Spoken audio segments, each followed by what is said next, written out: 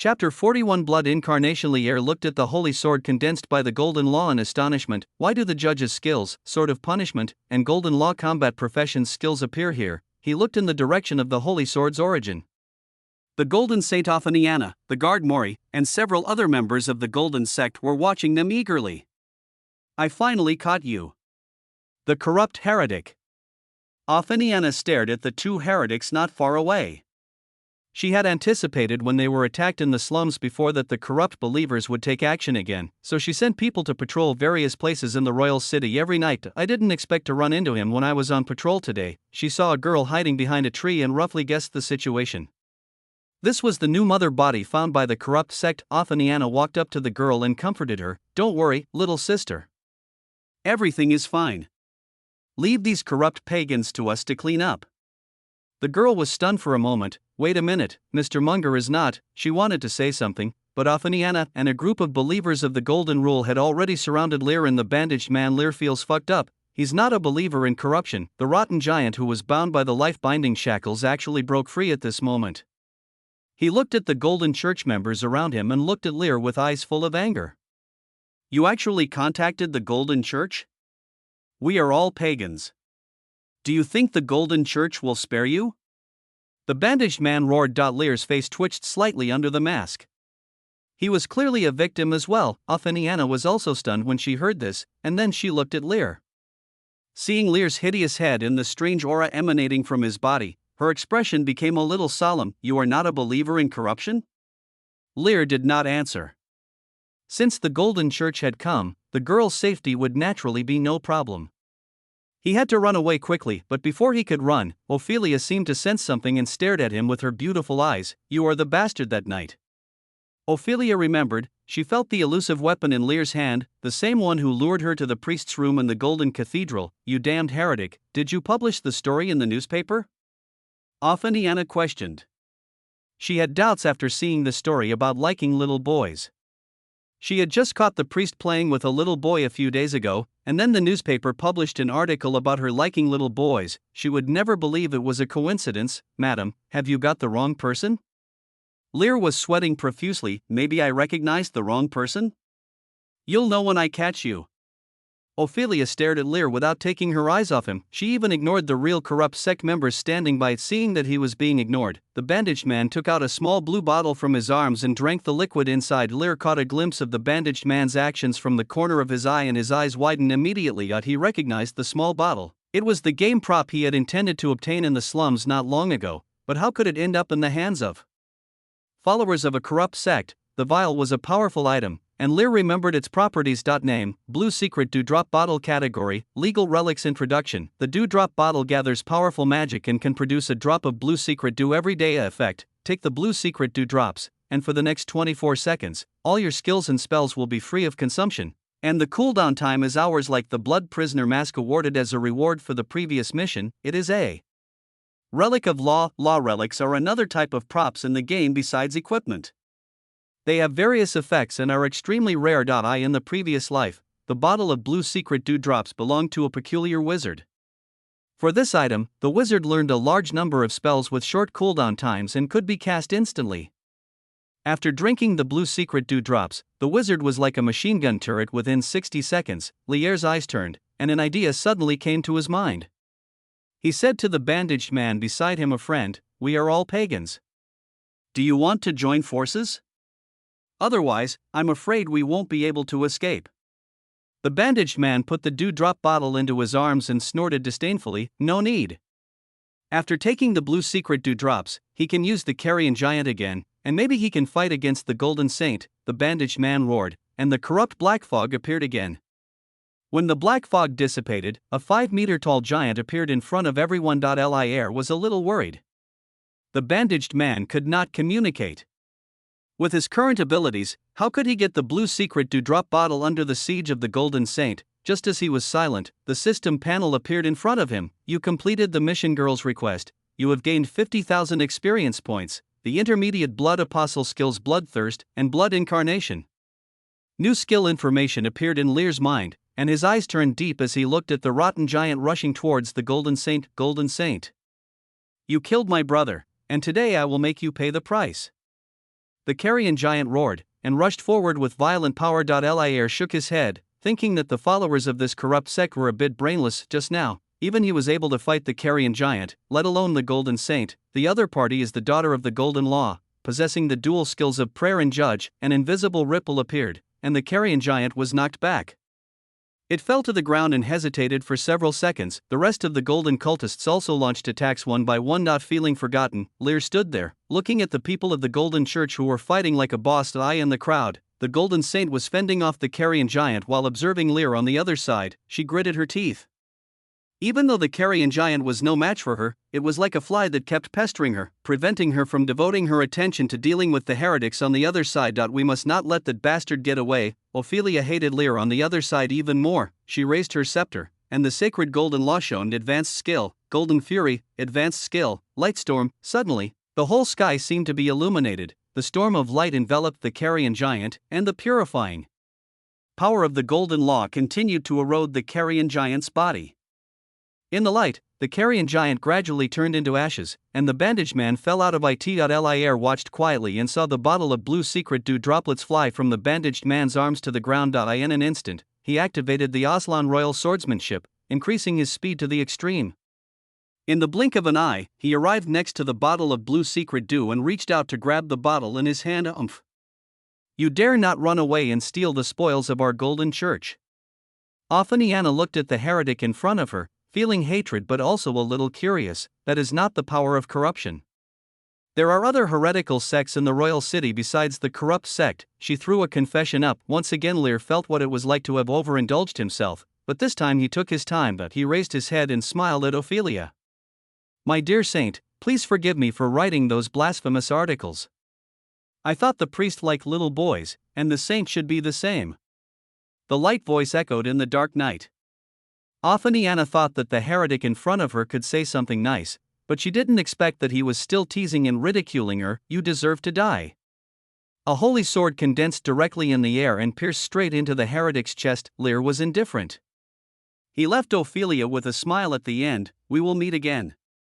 After saying this, his body turned into blood mist and disappeared. Blood incarnation consumes 50% of your maximum health.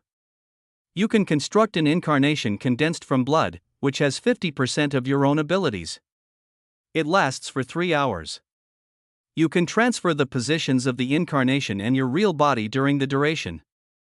It can only be used once during the duration of the incarnation. Chapter 42, Gold does not favor your IQ. Blood law spread increased, current spread, 4%. When Lear returned to the Duke's mansion, the sky was already bright white. He looked a little haggard. The huge consumption of magic power and the sudden loss of 50% of his maximum health made him feel as if his body was hollowed out. He returned to his bedroom.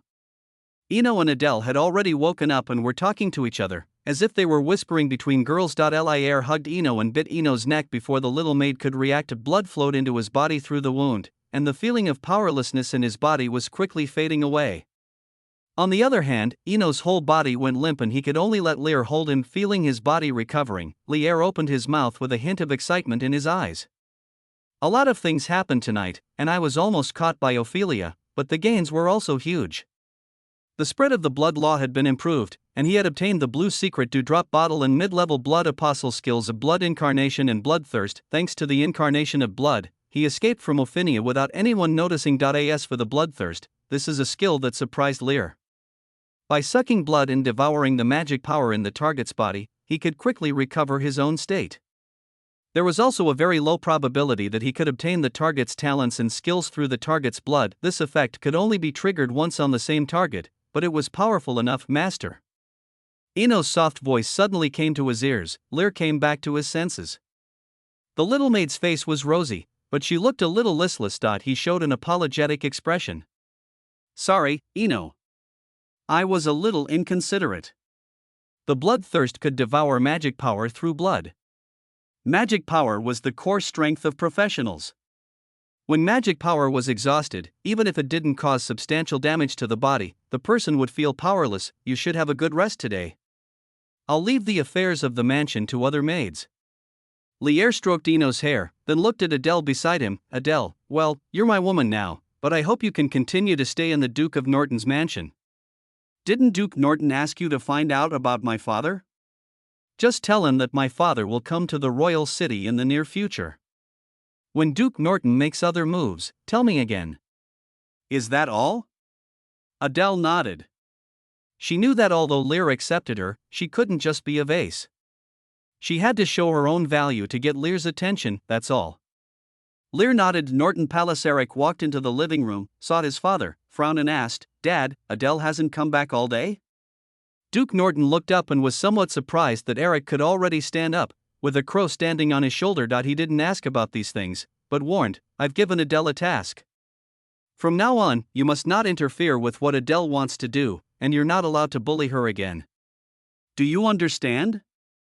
Eric was stunned for a moment, and his expression became a little gloomy when he remembered what his father had said to Adele before. He left the living room alone, and as he walked out of Duke Norton's sight, the crow on his shoulder suddenly flapped its wings. "What's wrong?" Eric felt that Derek was getting a little angry. "Colin is dead," Dritch said in a cold tone. "Colin? He was another subordinate of mine. I asked him to disrupt the order in the slums and spread corruption. I didn't expect that he'd be discovered by the Golden Church so quickly. What an incompetent waste." Crow cursed. "Now that Colin is dead, his mission will be completed by you, Eric." After scolding Colin, Derek looked at Eric. Eric's expression became ugly, and he suddenly felt that joining the paganism might not be a wise decision. Lear was sitting on a park bench wearing sunglasses and holding a cup of black tea. The battle last night hadn't caused much damage, but many people saw the storm of light that enveloped the civilian area. Citizens were discussing the topic of the light storm, saying it was the sacred golden law that was eliminating heresy. As Lear listened, he suddenly heard someone mention his name. "Have you heard that Master Lear of the Stuart family has imprisoned Her Royal Highness the Princess?" Puff. The tea spurted out of his mouth. Lear was shocked. "What the hell?" The citizens on the other side didn't notice Lear's reaction and continued, "It's reported in the newspapers that Her Royal Highness the Princess is missing and has been imprisoned by the young master of the Stuart family. And the young master of the Stuart family communicated with the pagan gods, so he gained the power of the double law." "Is this true?" A worker standing opposite widened his eyes, listening to what the two said. Lear stood up from the bench silently, went to the newsstand, and bought a recent newspaper. The title that caught his eye was "Imprisoning a Princess?" The evil deeds of Lear Stuart. With a slight twitch in the corner of his eye, he put away the newspaper and went straight home. What bastard would imitate him and publish such an article in the newspaper? Also, who revealed that Milia was imprisoned in her own home? First, he excluded Eno. Lear believed in the loyalty of the little maid. As for the other maids in the mansion, they were once slaves and grew up in the Duke's mansion. Although they had seen Milia, they had no idea that Milia was the princess. If that's the case, then who leaked the secret? Lear thought of the king and queen. The next day, Lear received a notice and went to the palace. The king summoned. Before he left, he didn't tell Milia what happened in the newspaper, so as not to cause panic in the little princess. As he walked along the road, rumors about him had already spread throughout the royal city, and some nobles had noticed something was amiss. It seemed that Princess Milia hadn't appeared in public for a long time. Even at the last banquet, Milia didn't show up. When they arrived at the palace gate, the guard saw Lear and had a strange look on his face. He said, "Master Lear, His Majesty is waiting for you." Lear raised an eyebrow, nodded to the guard, and then entered the palace. As soon as they entered the palace, before they had walked far, on the other side, Ophelia came over with Maury. Ophelia looked a little haggard, as if she hadn't slept well. When Maury saw Lear, he showed a stern expression and walked up to him. "It turns out that you were able to become a dual law professional because you communicated with pagan gods. And you even cruelly imprisoned the princess," he shouted loudly as soon as he came up. Lear's expression didn't change when he heard this, but he looked at Maury as if looking at a fool. "I remember that the Golden Law is known as the perfect law, and believers of the Golden Law should be balanced in all aspects, but gold doesn't seem to favor your IQ? Thanks to Shangri-La Cocoon for the 1500 points reward." Chapter 43, Movie. King Lear, what did you say? Maury said angrily. "You said that the pagan gods I communicated with possessed dual laws. Do you think that either arcane or war is pagan?" Lear said slowly, "And you said I imprisoned the princess. Her Royal Highness was originally my fiancée. I could marry her to Stuart openly. Why did I imprison her?" Maury opened his mouth, but was rendered speechless by what Lear said. Ophelia watched from the side and shook her head. "Maury, Mr. Lear can't be what the newspapers say. That must be slander, just like the articles that slandered me.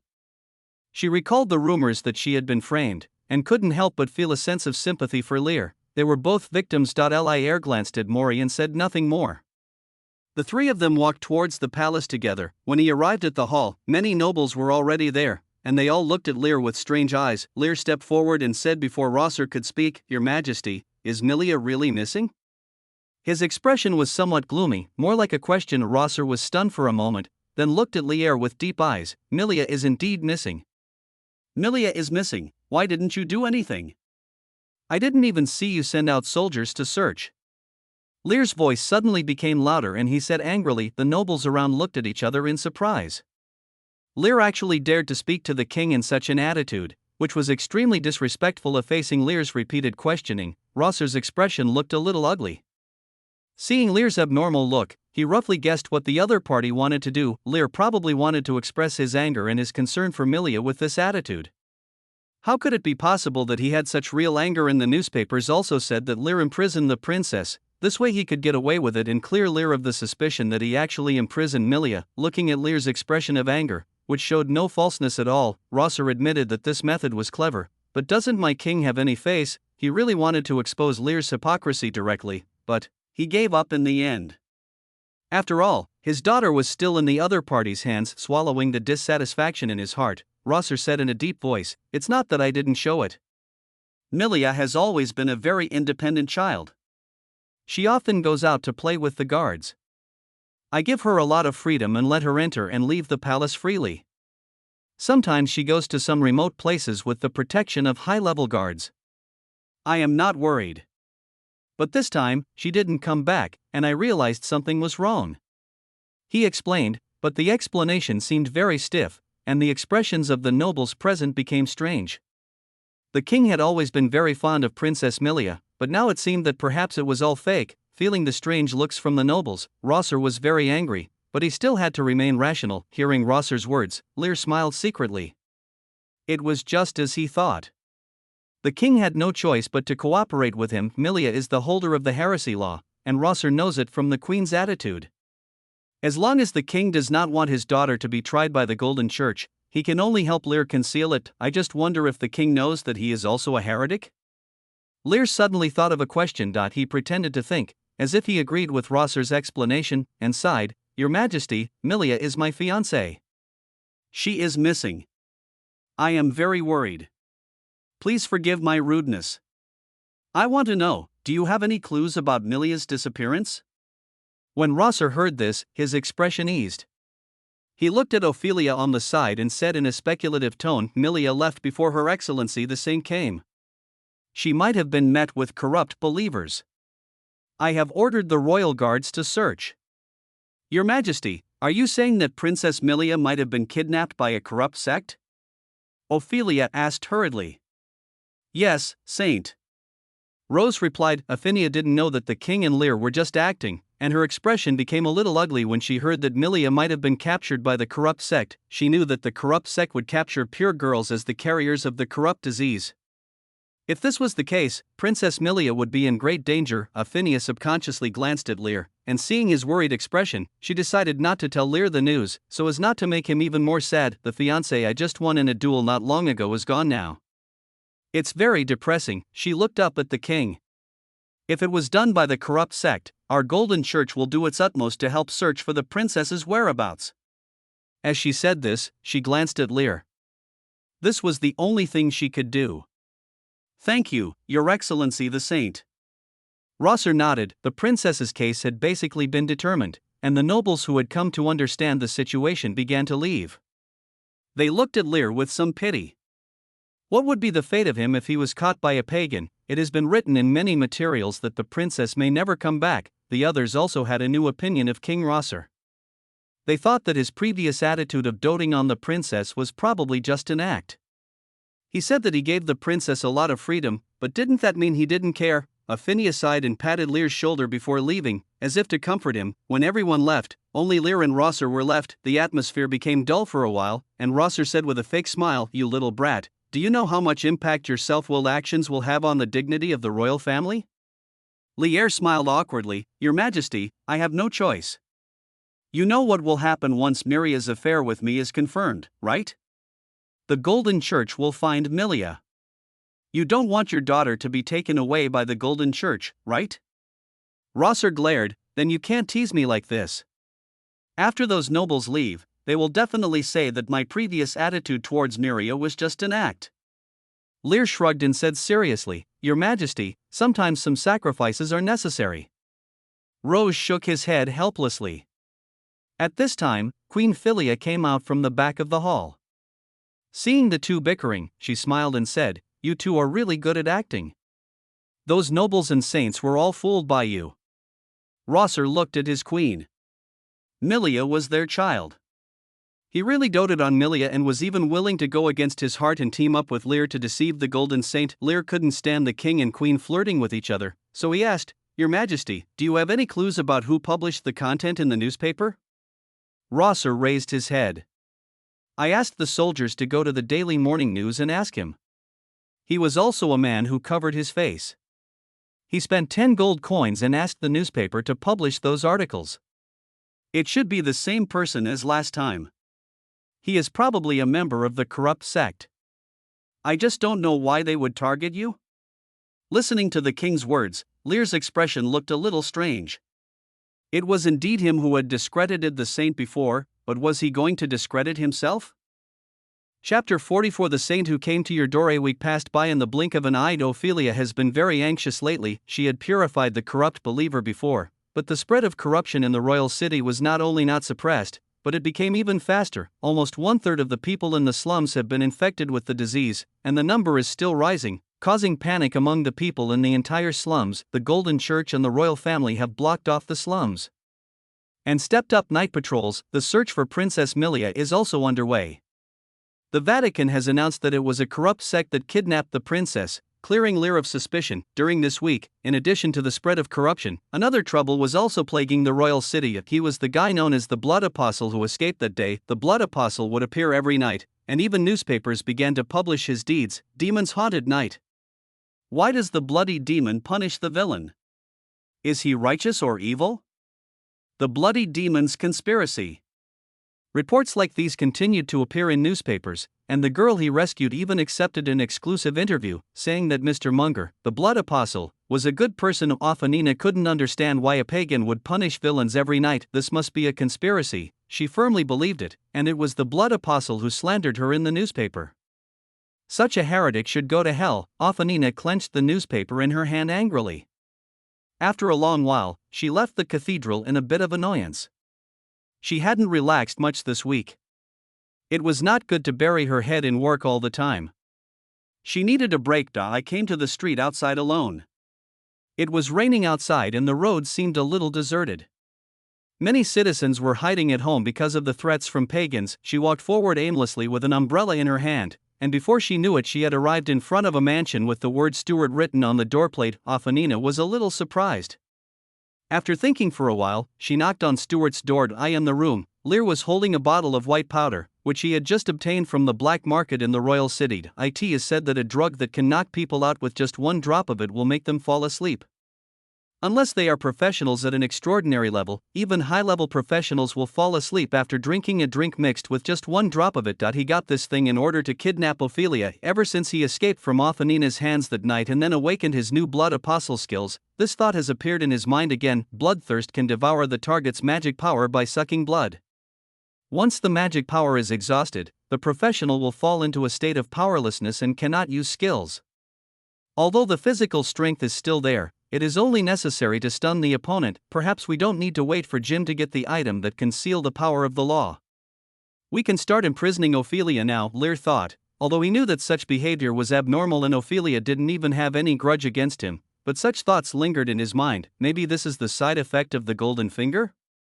Those carriers of the law source will be attracted to him and it is hard to resist. Since you can't resist it, just let it be. He smiled indifferently and put the drugs into the storage ring. Master, there is a lady named Ophanina outside looking for you. Eno's voice suddenly came from outside the house. The smile on Lear's face paused. Ophelia, sitting in the living room. Ophanina looked around curiously. The decorations were all very ordinary.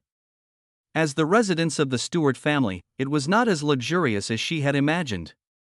Compared with other aristocratic residences she had seen, it looked much simpler. While she was observing, footsteps were heard outside the house. Lear walked into the hall and saw Ophelia sitting on the sofa.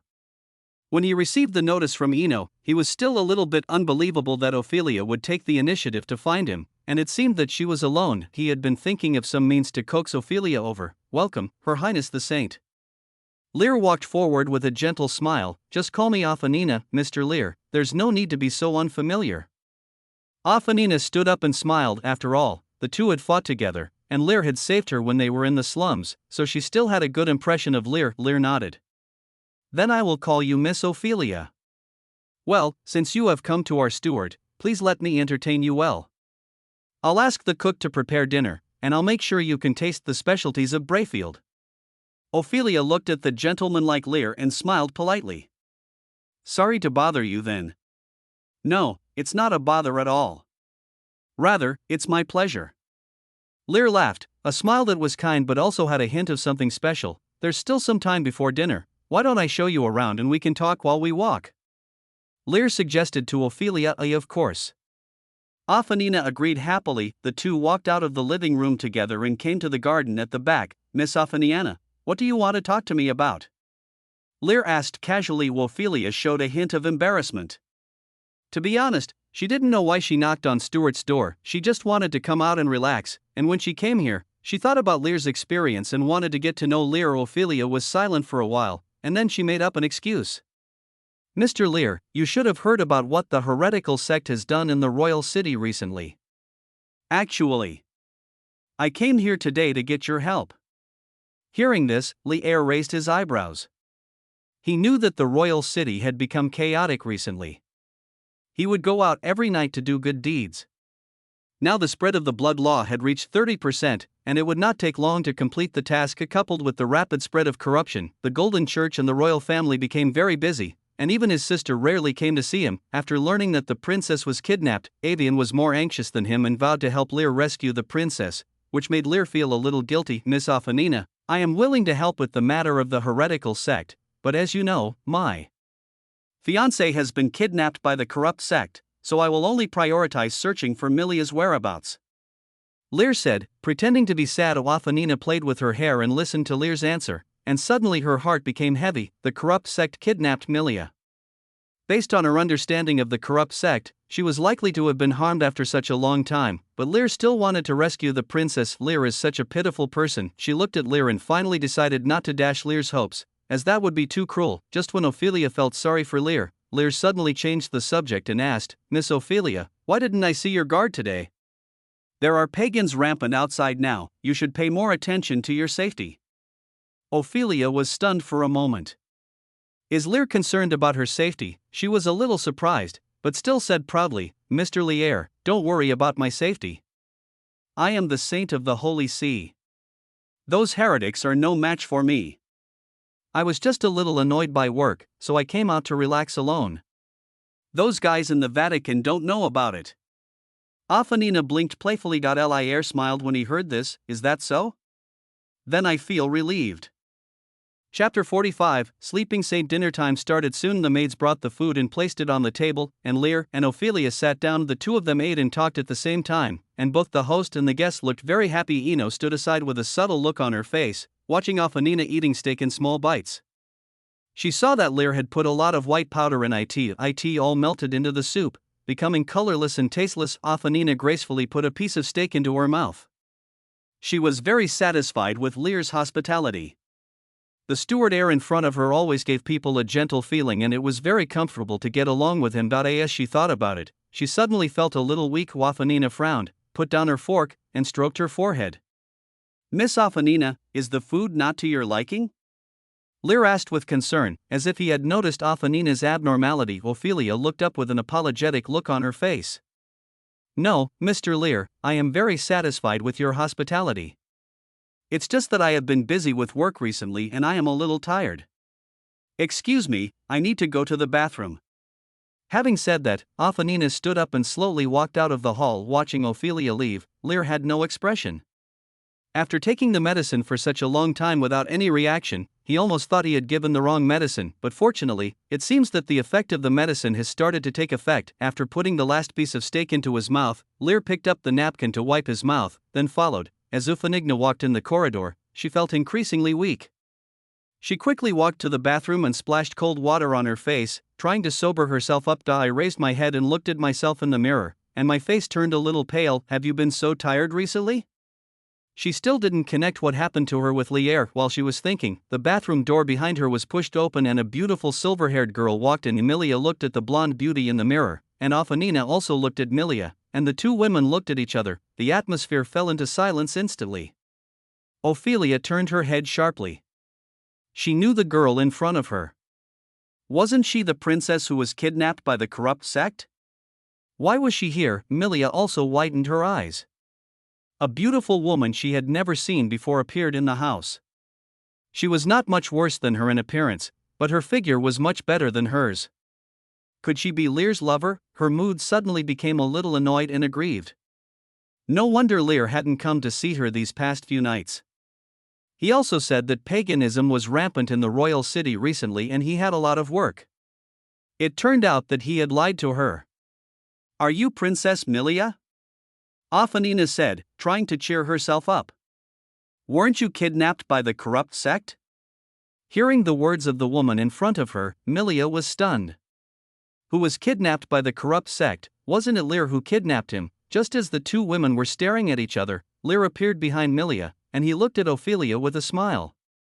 Miss Afanina, you are a little tired. You should have a good rest, he said. Wufanigna wanted to say something, but she felt dizzy and fainted. Lear steps forward and takes Ophelia in his arms. Seeing this scene, the little princess also realized that something was wrong and looked at Lear angrily. Lear, won't you explain it to me? Milia, she is Afanina, the saint of the Golden Church. The saint of the Golden Church? Milia was stunned and her expression changed. She remembered that her mother had said that they must not be discovered by the Golden Saint. Her Majesty the Queen has already told me about your situation. We are both holders of heretical laws. Once we are discovered by the Golden Saint, we will definitely be judged by the Golden Church, so I have to strike first. Lear said seriously. Did Mother tell you about my affairs? Milia was a little surprised. She didn't know these things. This is also to protect your safety. After all, you are my fiancée. Lear nodded. Milia's cheeks flushed slightly, and she continued to ask, so what are you going to do with this saint? Of course, I'll imprison you. Lear smiled and looked at Milia with a half-smile, just like I did to you before. Listening to Lear's words, Milia remembered what Lear had done to her before, and slapped Lear in annoyance. Don't say anything. Lear shrugged, and as Milia watched, he bit Ophelia's neck. What are you doing? Milia widened her eyes. How dare her husband be intimate with another woman in front of her? Milia, I just sucked some blood. Lear opened his mouth. Why? Milia was a little angry. Lear patiently introduced his abilities to Milia. The girl's expression eased a lot after listening to him, but after a while, she thought of a problem. Doesn't that mean you have to suck the blood of the saint once in a while? That's about it. Lear nodded. If Jim could find the item that seals the power of the law, this wouldn't be the case, but a week after the agreed time, Jim didn't come back to find him. Maybe he had taken the money and ran away. Milia became more and more irritated. She found it hard to accept the thought that her husband might have to do such intimate things with this saint every day. Milia, you have to believe me. No matter what I do to Afanina, you are my favorite.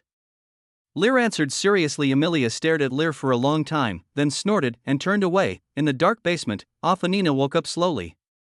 She felt very uncomfortable due to the physical weakness and mental depression. She looked around and saw that she was tied to a chair with bright red shackles, a method of binding she had never seen before, which made her figure look extremely seductive. The bright red shackles were still eroding her newly recovered strength, making it difficult for her to move. The magic power in the body was also exhausted somehow. Ophelia took a deep breath, forced herself to calm down, and recalled the scene. Before she fell into a coma, the last thing we see is Lear's handsome face. Miss Afanina, you're awake. A voice came from the side. Afanina turned her head and saw Lear sitting on a chair, looking at her unscrupulously. Lear, no matter how stupid she was, Ophanina understood what was going on. She was kidnapped by Lear. Thinking back to the previous dinner, she felt something was wrong after eating it. There was no doubt that she had been drugged. I was totally unguarded and was deceived by Lear's harmless appearance. What do you want to do? Why did you kidnap me? Ophanina couldn't understand. Lear had saved her in the slums before. Lear smiled, the ring on his finger shone slightly, and the bloody prisoner mask was put on his head, turning him into a demon. Of course I was afraid of being punished by Her Highness the Saint. That night, Your Highness pierced my chest without hesitation. It was very scary. Chapter 46. The Saint tastes good. Ophanina's eyes slowly opened wide, and when she saw the prisoner mask on Lear's head, she finally understood the reason. Are you the damned blood apostle? She said through gritted teeth. I remembered seeing Princess Milia before. The one before was a princess? Was she imprisoned by you too? It turned out that what the newspaper said was true. She actually felt that Lear was very pitiful and a gentle gentleman. Ophanina blushed in shame at her own folly. It seems that Her Highness the Saint has understood. Lear took off the prisoner mask and revealed his handsome face again. What are you going to do to me? Ophanina stared at Lear. He was a pagan and they were incompatible. Since Lear had kidnapped her, he would definitely not just tie her up. While she was thinking of a strategy to break the impasse, she was secretly recovering her magic power. Although she had no physical strength, as long as her magic power was restored, she would always have a chance to escape. She was a high-level professional, and it was easy for her to deal with Lear, a mid-level pagan. Lear looked at Ophanina with a smile on his face. Of course, he could not hide her little movements from his eyes. He walked to the side of the saint and looked down at her. Under Ophanina's panicked gaze, he leaned down, gently sniffed the girl's fragrance, and then bit it directly. What are you doing? If you dare to insult me, gold will judge you. Ophanina finally couldn't bear it anymore. She struggled. She felt a tingling pain in her neck, and then the little magic power she had accumulated with great difficulty was instantly swallowed up. The golden rule source material carrier's shame, anger, and humiliation emotional fluctuation values have reached 99%, and you have gained 3% of the golden rule affinity. The gold finger panel appeared in front of Lear, and his eyes lit up slightly. Sure enough, only by imprisoning the carrier of the source of law can the affinity of the law be improved faster. Ophanina was breathing heavily, feeling the masculine sense so close to her, and she wished she could cut Lear into pieces. It is true that you can never judge a person by his appearance. The Stuart heir, who always behaves like a gentle gentleman on the outside, is actually a pervert on the inside. Why didn't she discover Lear's true nature earlier? She didn't even dare to think about what Lear would do to her in the future. After sucking for more than 10 seconds, Lear opened his mouth. The saint tasted very good. The smell of her blood is no less than that of Milia's. Both are pure girls. Lear. Ophanina's thighs trembled slightly as she sat on the chair. Your Highness, rest assured, I will not kill you. I am a believer in blood, and your blood satisfies me. Lear licked his lips, and Ophelia felt extremely ashamed and angry. There was still a trace of bright red liquid on her lips. That was her blood. It turns out that Lear kidnapped himself for blood. He is the apostle of blood, so this makes sense, but even so, Ophanina felt like ants were crawling all over her body. Aren't you afraid of being discovered by the Golden Church for treating me like this? Ophanina suppressed her shame and anger for a while and said through gritted teeth. Who would have found out? Lear smiled. Your Highness, you said it yourself yesterday that you came out alone, and the guys in the church didn't know. And it was a rainy day yesterday. You came here with an umbrella, and there were almost no pedestrians on the road. At this point, Lear reached out and grasped Ophelia's chin. Don't worry, I will blame your disappearance on the corrupt sect, and no one will find out. Ophanina raised her head and tried to break free from Lear's hand, but it was in vain. I will come to see you every day. Your Highness, and you will never be lonely. After saying the last sentence, Lear rubbed Ophelia's cheek and left the basement. After knocking Ophelia unconscious, Lear observed her for a whole night. When magic power was exhausted, the recovery speed of a professional was very slow. It would take at least a day for Ophelia to recover enough to break free from the shackles. He only needs to come and suck once a day to keep Ophelia's magic power exhausted. Lear raised his eyebrows and took out a golden necklace from his arms. This is Ophanina's storage item. The scepter and various items are inside. The scepter is an extraordinary level of equipment, very powerful, but it can only be viewed and not used. When Lear returned to the living room, he saw Miriam again. The little princess seemed to be waiting for him and came over when she saw Lear. "What's wrong, my princess?" Lear hugged Milia in his arms. Milia blushed, and after a while she whispered, "Come to my room tonight." She mustered up the courage to come to Lear, and the appearance of the saint made her feel a sense of crisis. She was imprisoned by Lear in the beginning, and now she has fallen in love with Lear. The saint's appearance is no worse than hers, and her figure is even better. She doesn't believe that Lear can resist. "Are you ready?" Lear was stunned for a moment and asked with some joy. "No." Milia blushed, "I'm just giving you a little reward. You're coming tonight anyway." Having said that, without any explanation, Milia ran away. At night, Lear came to Milia's room with excitement. The little princess had been sitting on the bed waiting for a long time. When she saw Lear come in, she turned her face away shyly. "Are you ready for my reward?" Lear picked up Milia and stroked the girl's soft long hair. "I'm sorry, Lear, my mother told me to try not to give myself to you before I awaken the law of the morning star, so I..." Milia said in a low voice. Lear then realized that it was the queen's fault that Milia had been saying she was not ready. He was a little depressed. If this was the reason, then didn't it mean that he couldn't eat the little princess now? As if she saw Lear's depression, Milia took the initiative to hug Lear and kiss him. The two kissed for a long time, until their breathing became a little rapid, and Milia let go of her mouth. "Lear, I can't serve you like a wife now, but my mother said that if you want, I can use my mouth." Her voice was extremely weak, as if she had used up all her courage. Lear's eyes widened when he heard this. It was hard to imagine that a pure and innocent girl like Milia would say such words. This feeling of defiling the little white flower made Lear's blood boil. "That's what you said."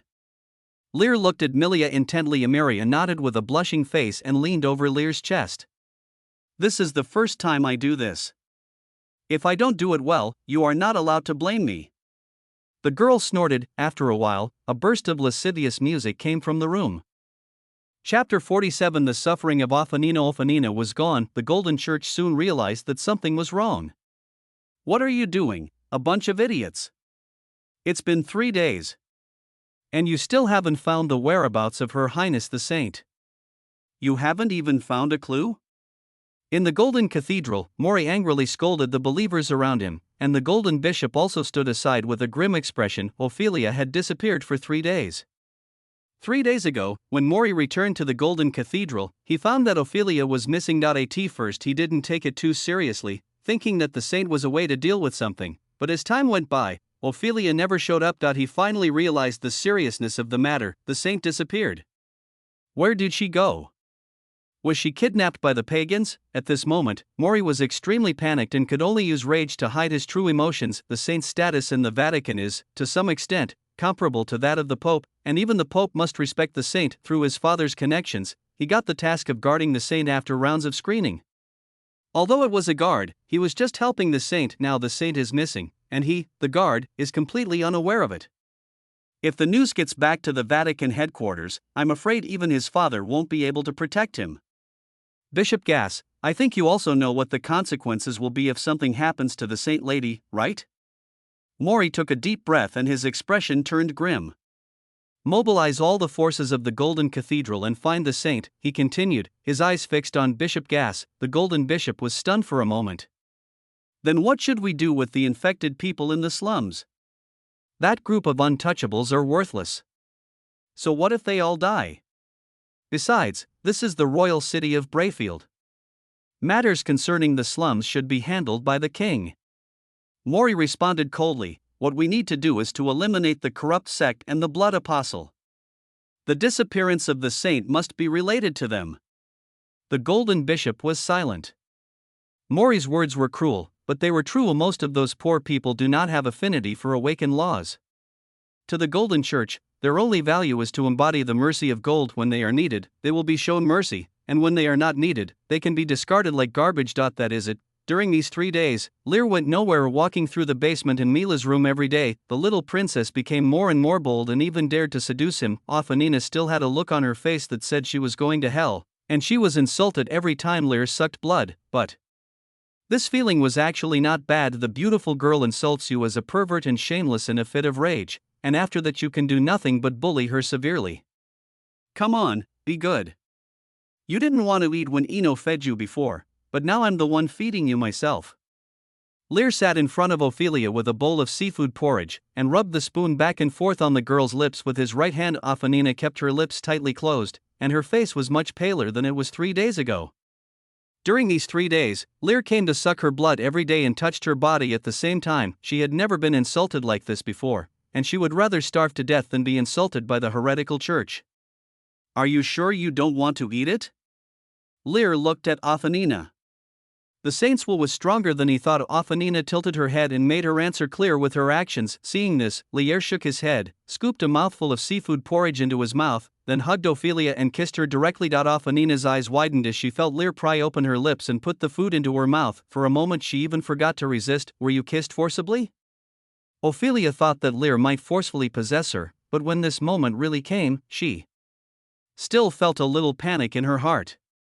The golden law source material carrier's shame, panic, and humiliation emotional fluctuation value reached 99%, and you gain 3% of the golden law affinity. Your golden law affinity reaches 10%, you gain strength +2, constitution +2, dexterity +2, intelligence +2, mysticism +2. The system panel popped up, and Lear took a look and closed it. You, let go, Afanina struggled, her voice a little weak. Lear opened his mouth and stared at the saint in front of him with an aggressive look. What I need is a living saint. If you don't cooperate, I will taste the saint before you die, and then throw your body to the gangsters in the slums. You know what kind of fetishes those people have? They don't care whether people are dead or alive. By then everyone will know that the saint of the Holy See has even had her corpse defiled. He threatened cruelly that Afanina was different from Miria. She was not even afraid of death, but there were always some things in this world that were more terrible than death. You have to use some shocking information to make Ophelia obey you. Afanina gasped for air as she listened to Lear's words. She couldn't imagine that anyone could think of such a vicious threat. I'll give you one last chance. Do you want to eat it or not? Lear scooped up another spoonful of seafood porridge and brought it to Ophelia's mouth. Afanina looked at Lear with a hint of humiliation in her eyes. Even though she was reluctant, she had to open her mouth and eat the food. Seeing this scene, Lear nodded with satisfaction and fed the porridge in the bowl to Ophelia bit by bit. Isn't that good? This is the first time I feed a woman. Even Milia has never been fed by me. From now on, your diet and personal needs will still be arranged by Ino, so don't ask me to feed you again. He chuckled, then slowly leaned down and bit Ophelia's white neck, sucking the delicious blood of the saint until he felt the magic power in Ophelia's body was exhausted. Then he let go, standing up, taking one last look at Ophelia. Lear turned and left. When he came to the living room from the basement, he saw Avian. Ino was standing beside her, preparing tea for her. Seeing Lear appear, Avian showed a trace of apology on her face. I'm sorry, Lear, I have asked the knights to search for Princess Milia's whereabouts, but still found nothing. Sister, you don't have to blame yourself. Her Royal Highness the Princess is my fiancée. It is my responsibility to find her and rescue her. Lear walked to Avian's side, looked at her sister's haggard face, and sighed softly. Sister, you should have a good rest. A lot of things have happened in the royal city recently. Although you are the leader of the royal city knights, you can't take care of everything in your hands. I also want to relax, but there are not enough people. Avian shook her head. Not enough manpower? What happened recently? Lear asked in surprise. The saint of the Golden Church has disappeared. The Golden Church no longer cares about the affairs of the slums and is now searching for the saint's whereabouts all day long. Avian said little by little, and Divine is also missing. She is the daughter of the Dean of the Arcane Academy. Mr. Irwin has asked His Majesty the King to help him more than once these days. Oh, by the way, recently in the West District of the Citizen District, there were reports of people coming back to life from the dead. How can a dead person come back to life? Avian complained again. Divini is missing too? There doesn't seem to be such a plot in the game. Lear was a little surprised and wanted to ask about the details, but when he heard the next sentence, he was startled. Sister, you said someone came back from the dead? Yes, you wouldn't believe such nonsense. Avian glanced at Lear. Lear smiled awkwardly. Of course not. Although he was smiling on the surface, he was not at peace in his heart. Resurrected from the dead, could it be a player? Calculating the time, it seems that the game's closed beta test was during this period. Chapter 48, The Tragic Fourth Disaster. Late at night. In the gloomy alley in the western district of Brayful Royal City, two figures in ordinary cloth clothes slowly emerged from thin air. Does this game have to be so cruel? I just said that this blood apostle sounded cool, and he came up and killed me with one sword? This golden church is too domineering. The girl with the ID Li Huan cursed without caring about her image. Our Valkyrie has also had this day. She was killed by an NPC before she even left the house during the internal test today. Don't laugh, the guy next door named Dehii was also killed because he complained that the name of the Golden Church was too vulgar. It seems that the Golden Church is searching for heretical sects in the royal city during this period of time in the game, so anyone who has any connection with them will be judged. Isn't this too extreme? The Valkyrie only mentioned the blood apostle. The audience in the live broadcast room were talking crazily. Li Huan looked at the comments and still felt a little angry. This game called Law is a next-generation virtual online game that was recently launched and is said to be 100% realistic. Today the game released spots for the internal beta test. As a Valkyrie anchor known in the gaming circle for her strong technical skills, she naturally got the spot and entered the game first. She was indeed shocked when she first entered the game. It was so real that it felt like reality. Later, she learned about the world's situation through the game's system introduction, and also learned about what had happened in the city recently through newspapers. When she saw the portrait of the blood apostle in the newspaper, she was attracted to him.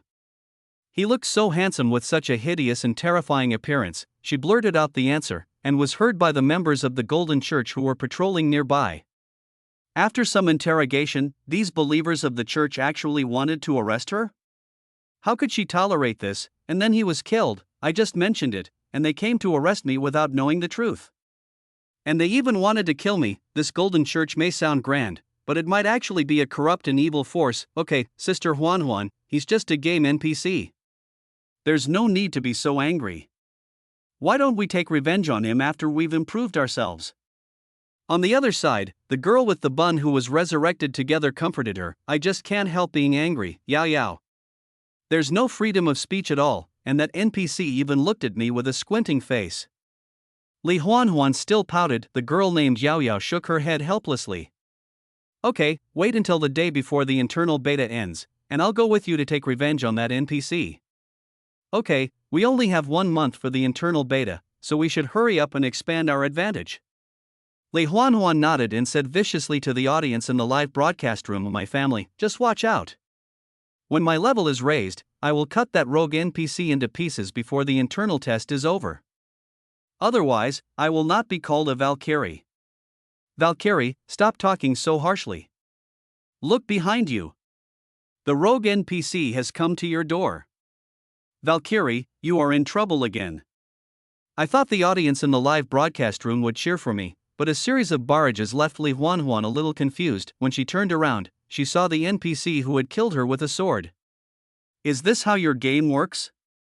The NPCs keep chasing the players. The number of times a player can be resurrected each day after death is limited.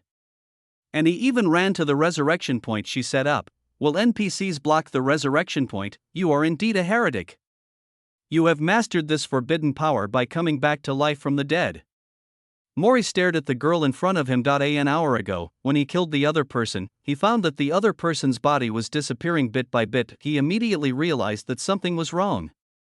Only a heretic could possess such magical power. He had a hunch that the girl in front of him was not dead, so he arranged for the followers of the Golden Church to search nearby.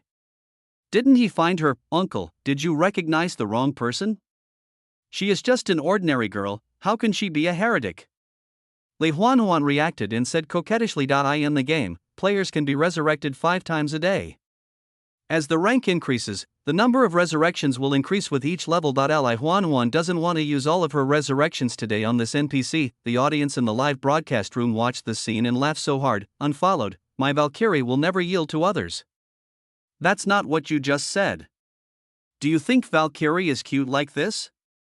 I am moved. Looking at the constantly scrolling comments, Li Huanhuan could already imagine her current scene being edited into a short video website and then being mocked by everyone. She gritted her teeth and resisted the urge to just fight. Mori was stunned when he heard the words of the heretic girl in front of him. She actually called him uncle. He is only 23 years old, although he may not be as handsome as the heir of the Stuart family, but uncle. Mori's face flushed red. You called me uncle? What's wrong? Li Huanhuan hadn't reacted yet. In her eyes, the gangster in front of her must be at least 30 years old. She was only 19. Wasn't it normal to call him uncle? You damn heretic, tie her up for me. Mori roared angrily, huh? Li Huanhuan was stunned for a moment. Before she could react, several members of the Golden Cult tied her up. Yao, who was standing beside her, did not escape either. The barrage in the live broadcast room exploded again because of this scene. Li Huanhuan is very sad and angry now. She, the Valkyrie of the gaming world, turned out to be a prisoner. She had put aside her pride and acted like a spoiled brat, but the scoundrel still rudely tied her up. Not a gentleman at all. On the street at night, she and Yao were locked in an iron cage, and the carriage moved slowly forward. Sister Huanhuan, what should we do now? Yao asked with a sad face. This act of being paraded in the streets in a cage made her feel like a monkey being made fun of. There's nothing I can do, Yao. I've implicated you. We can only wait and see what they plan to do to us. If all else fails, I can only commit suicide and then resurrect again and move the resurrection point to another place. Li Huanhuan was also dejected. She looked at the constant barrage of comments in the live broadcast room, and these bastards kept making sarcastic remarks. Just as she was angry, an invisible ripple fell from the sky in the night sky. The horse in front let out a mournful cry and fell to the ground instantly. Blood flowed out from the horse's head and a bloody smell filled the air. The golden cultists guarding the carriage reacted one by one, quickly took out their weapons and looked up into the sky. On a tall building not far away, a figure in a black robe stood on the pointed roof house, with a face as ferocious as a demon, ferocious horns on his forehead, and a pair of captivating bright red eyes. The moonlight floated behind the black shadow, illuminating his figure, like a demon under the moonlight. Chapter 49, Powerful Blood Apostle. The demon in the night sky leapt down. His body fell on the marble floor, leaving cracks. Under the gaze of everyone, he casually pulled out the invisible blade that was stuck in the horse. It's really shameful. I didn't expect that the Golden Church would arrest civilians indiscriminately like a cult. I saw your priest imprisoning a little boy before. It seems that your so-called perfect golden law is just a filthy law in the name of perfection. The demon spoke calmly, with a hint of sarcasm in his tone. With his face covered in blood, Lear quietly looked at the people in front of him, his eyes inadvertently glancing over the IDs above the heads of the two players. They were all famous figures in their previous lives, especially Li Huanhuan, who was a legendary professional like him and was called the Valkyrie. At this time, Mori reacted and his face flushed. Are you a damn heretic qualified to judge the golden law? Lear chuckled, and a disdainful voice came out of his ferocious head. You always regard other laws as heresy, but what is the difference between what you are doing now and the heresy you have rejected? Mori gritted his teeth at what Lear said. He knew that his ordering of the golden cultists to arrest suspicious people in the royal city in the past few days had caused protests from many residents of the royal city, but he had no choice. He had to find the golden saint, as this was related to his future prospects. Sir, are you a blood apostle? While the two were communicating, Li Huanhuan in the iron cage suddenly asked. The girl stared at the monster in front of her without blinking. His face was ferocious, but his whole body exuded a noble and majestic temperament, which was completely different from the furious Mori. Li Huanhuan likes this type of role very much. She has liked such scary, hideous, but charming roles since she was a child. Unlike ordinary girls, her hobbies are very peculiar. Compared with ordinary handsome men, this kind of appearance is more her cup of tea. Can it be called a xenophobia? She blinked and quietly cast a detection spell on Lear. Name, Munger. Occupation, blood apostle. Grade? Favorability, normal. Danger level, extremely deadly. Evaluation, a preacher of the blood law of the old times, a chosen one favored by the gods. The information detected was not much, but it was enough to make Li Huanhuan and the audience in the live broadcast room excited. The phrase "the chosen one" in the review immediately filled Lear's heart with anger. Valkyrie, hurry up and hug her thigh. This is definitely an important NPC in the game. Is he a villain? He doesn't look like a good person. There was a lot of discussion in the live broadcast room, and Lear looked at Li Huanhuan. Beautiful lady, it is not polite to pry into other people's privacy casually. He said casually, his words revealing an elegant temperament. Even the rebuke did not make Li Huanhuan feel harsh. Li Huanhuan was stunned. She actually felt a gentlemanly temperament in the ferocious face in front of her. Lear smiled secretly under the mask, and then he said mysteriously, "You are very special, beautiful lady. I don't feel any fear from you. Don't you feel horrible looking at my face? How could that be? I think it's cool." Li Huanhuan said subconsciously. Cool? It means domineering. Li Huanhuan explained with a strange look in her eyes. Lear pondered. In his previous life, he had heard that the Valkyries had very strange hobbies and liked some exotic things. Now it seemed that this was true. Do you think I don't exist? Mori yelled as the two were talking. The way the two were talking as if no one was around made him furious. One is a prisoner and the other is a heretic. How could they ignore me, the royal guard of the Golden Church? Mori raised the long sword in his hand, and the holy light gathered on the sword body. At the same time, a holy halo was also bestowed on him. Strength blessing plus holy law blade. The royal guard knight used his signature combo. He raised the glowing sword and stabbed directly at the blood apostle. Lear took a glance, and the invisible light rose thorns directly pierced Mori's hands holding the sword. The intense pain made Mori scream, and the sword flew out of his hand, flew into the ground beside him, and stuck straight into the ground. Too weak. These guard knights who came out of the greenhouse of the Holy See have obviously not experienced much fighting and have little combat experience. Lear was even able to kill Mori with his sword skills alone. With a wave of his hand, he cut open the iron cage that imprisoned Li Huanhuan and Yao Yao. You guys should leave quickly. The golden law is already dirty. Don't get caught next time. Looking at the broken iron cage, Li Huanhuan and Yao Yao looked at each other in bewilderment. This rumored heretical blood apostle was actually helping others. The newspapers said that blood apostles would appear at night to help those in need. Li Huanhuan didn't believe it at first, but when she experienced it herself, she had to believe it. As a heretic, what's the point of doing such good deeds? Mr. Blood Apostle, why did you save us? Li Huanhuan asked the question in his mind. Why? Lear chuckled. The other golden cultists had already gathered around him. While dealing with them, he said, I just want to prove one thing. Not all heretical laws are evil. The Golden Church considers all heretical laws evil, which is just a despicable means to maintain its own beliefs.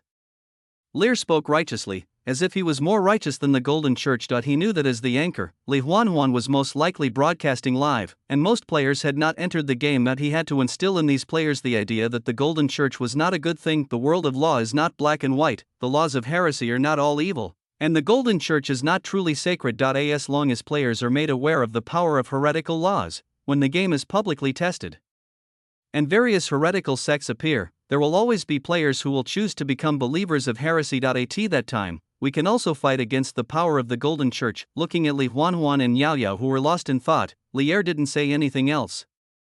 Now it was time for him to show his strength. Since you want players to join, you naturally have to show your strength. A crimson chain appeared out of nowhere and directly wrapped around Mori, who had already climbed up from the ground and was planning to attack him from behind. Mori was restrained in place, his strength quickly consumed, and he fell to the ground without a sound. As for the rest of the golden cultists, Lear just gave them a look. The golden cultists who were rushing towards him fell to the ground one by one, their faces turning blue. These entry-level professionals are simply unable to reach Lear's blood resonance. It simply stopped the blood from flowing in their bodies for a short while, and they collapsed to the ground. If it had lasted any longer, these golden cultists would probably have died on the spot. Li Huanhuan and Yao Yao widened their eyes at the scene. It was so weird that they didn't even understand how Lear did it. Just one look and everyone fell down? Chapter 50 Mori, I was framed. Li Huanhuan had previously investigated Mori's information. Although she couldn't see much information, the danger level was fatal, just one level away from Lear's extreme lethality. It seems that there is not much difference, but in fact, Li Huanhuan looked at Mori, who was chained to the ground like a dead pig, with a hint of disgust in her eyes. This is a professional of the Golden Rule? How shameless! Isn't this blood apostle too strong? Is this ability also something that we players can master? Why do I feel that heretical laws are much stronger than orthodox laws? Various comments were heard in the live broadcast room. Li Huanhuan was also looking at the blood apostle in the center of the venue. The figure looked a little cold under the moonlight. Yao Yao, how about we become believers of blood? Li Huanhuan suddenly said to her best friend beside her. Sister Huanhuan, are you serious? Blood is the law of heresy. There is a prompt when we enter the game. Once you join a heretic sect, you will be wanted if discovered by the Golden Church. Yao Yao on the side was a little hesitant. Yao Yao, we are playing games. How can we be restricted by the game? Li Huanhuan didn't care. And you should have heard what Mr. Munger said just now. I don't think this Golden Church is a good thing. They arrested us directly. The girl became angrier the more she thought about it, and she looked at the blood apostle not far away. The law of blood sounds very domineering, while gold sounds tacky like a nouveau riche, she thought to herself and pulled Yao Yao to the blood apostle. Mr. Blood Apostle, can we join your blood cult? Just call me monk. Do you want to become believers of blood? Upon hearing this, Lear looked at Li Huanhuan in surprise. Yes, I hope to become a believer in blood. Li Huanhuan nodded. When playing games, one naturally has to pursue a strong profession. As for the Golden Church's wanted list, just come. What is she afraid of as a player? Lear did not respond to Li Huanhuan's request immediately. He knew that the Valkyrie was probably attracted by the power of the law of blood. In her previous life, the Valkyrie was a berserker of the law of war, and now she had to change her appearance. I am also willing to become a believer in blood. Yao Yao on the other side said helplessly. Good sisters must go through life together. Lear pondered for a moment and shook his head. You must have seen my power and wanted to join the blood cult. It is human nature to pursue power. I admire your awareness. I can awaken your affinity for the blood law for you, but if you want to obtain a true blood law profession, it depends on your worth. As he spoke, Lear stretched out his hand. His fair and slender palm made Li Huanhuan feel disillusioned. She raised her head and glanced at Lear's hideous head, and then she felt a little more pleasing to the eye in Lear's palm. 2 drops of bright red blood condensed and then floated in front of the 2 women. If you are willing to become believers in blood, then take it, said Lear. Li Huanhuan didn't hesitate. He opened his mouth and swallowed the blood drop. Yao Yao did the same. As the 2 women swallowed the blood, a bright red light flashed in Lear's eyes. The red light of the blood-giving ceremony shone on the 2 women. Li Huanhuan only felt a warm touch enveloping her whole body. You have accepted the blood ceremony of the blood apostle, and you have awakened your affinity for the blood law. Your current affinity is 10%, your affinity for the blood law reaches 10%, you gain Constitution +5, Mysticism +5, the system panel appeared in front of Li Huanhuan. When she saw the text on the panel clearly, her eyes widened, directly adding 10 attribute points?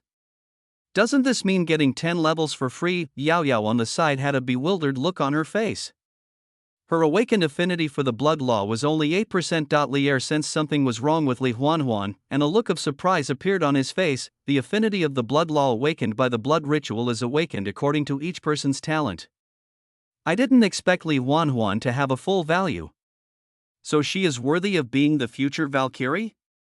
You have 10% affinity with the blood law right after awakening. You are very good. Lear praised. Are we now believers of blood? Li Huanhuan asked quickly. What do you need us to do? She was very anxious. The internal beta test didn't last long. The official news was that the professions, skills and interpersonal relationships obtained in the internal beta test would be retained, and the rest of the data would be cleared. The best profession now is the one that can obtain the blood law. Who knows if the NPC blood apostle will still be here after the public beta? I will find you when I need you. You can move freely now. Seeing Li Huanhuan's anxious look, Lear decided to give her a break first. Directly bestowing the professional power of the blood law on Li Huanhuan would seem too cheap. Things that are easily obtained often do not bring a sense of belonging, and they must be made to feel how hard it is to obtain the blood law profession. He remembered that the internal test lasted for a month. Lear had a hunch that the corruption sect must have had some plan in spreading the corruption for such a long time, and perhaps something big would happen soon, and last time Ivian mentioned that Divineni is missing. Her father is an extraordinary wizard.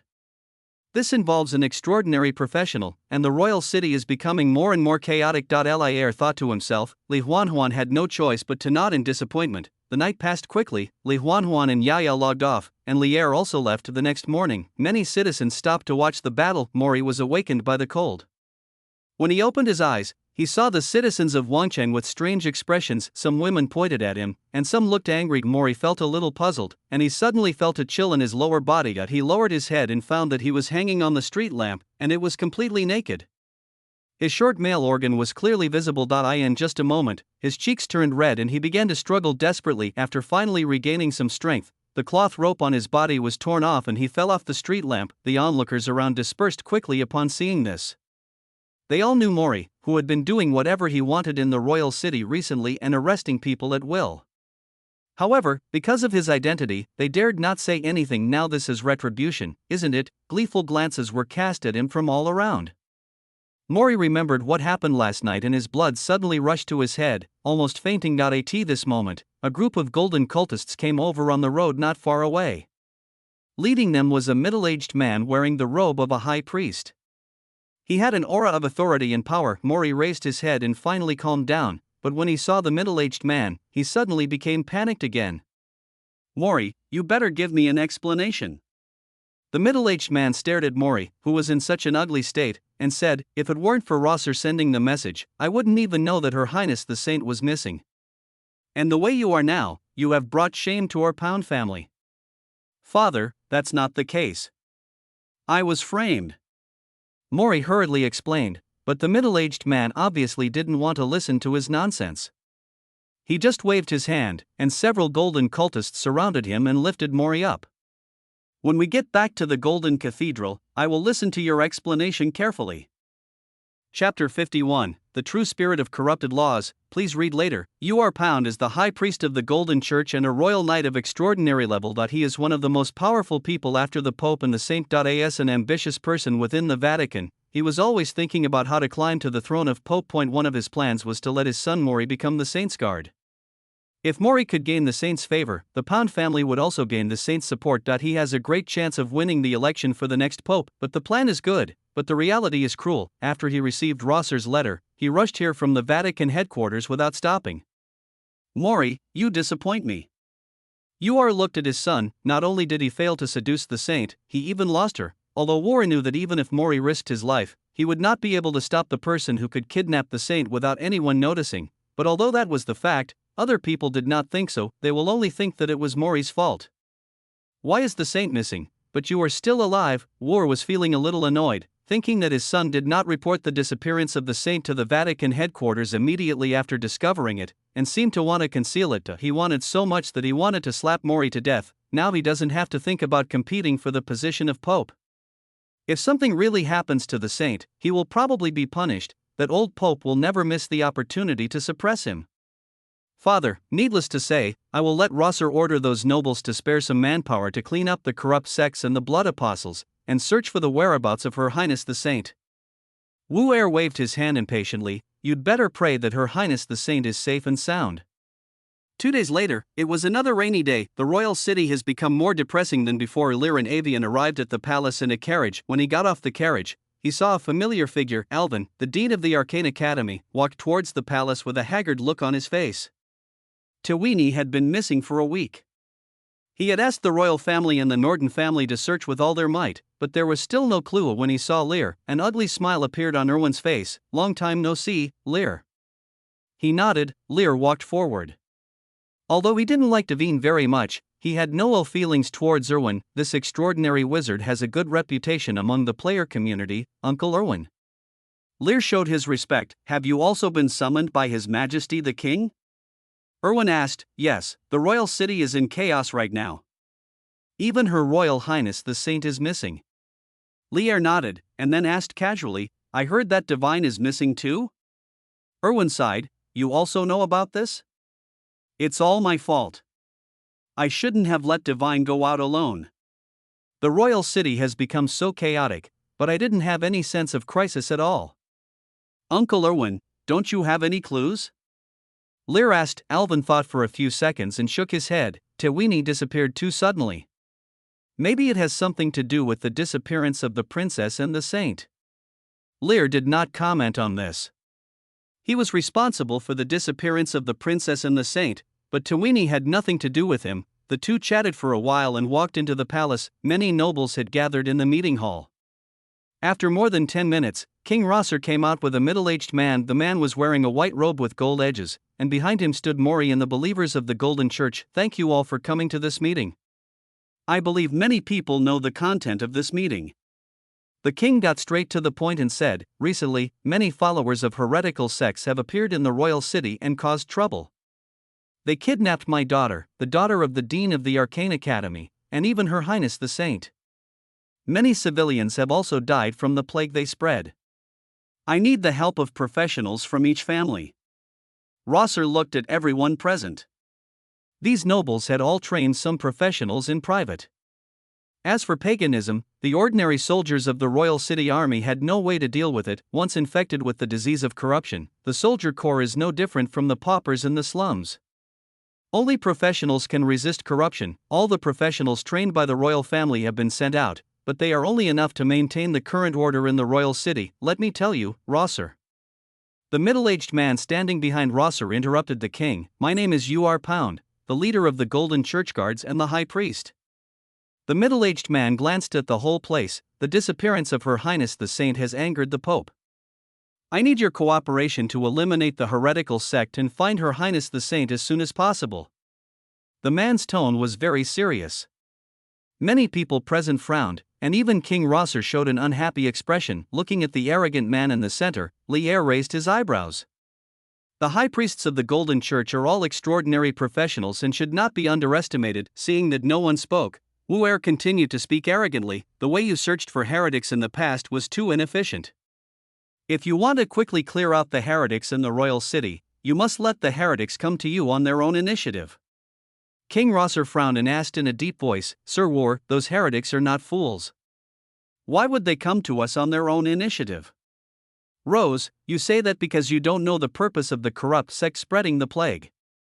Looked at the king and shook his head. They fled here from the empire. When they were in the empire, they also spread corruption. Their only goal was to sacrifice a large number of dead souls to awaken the corrupt law spirits of the pagans. The spirit of corrupt law?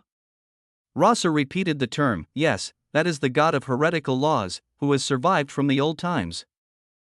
Said slowly. Everyone was shocked by Ur's words. The purpose of the corrupt sect was to allow gods to appear in the world. Among the crowd, only Lear's expression did not change much. He had guessed before that when the game was publicly tested in the previous life, many heretical sects had done such a thing. The strength of the heretical law gods handed down from the old times varies. The weakest true spirit has only extraordinary strength.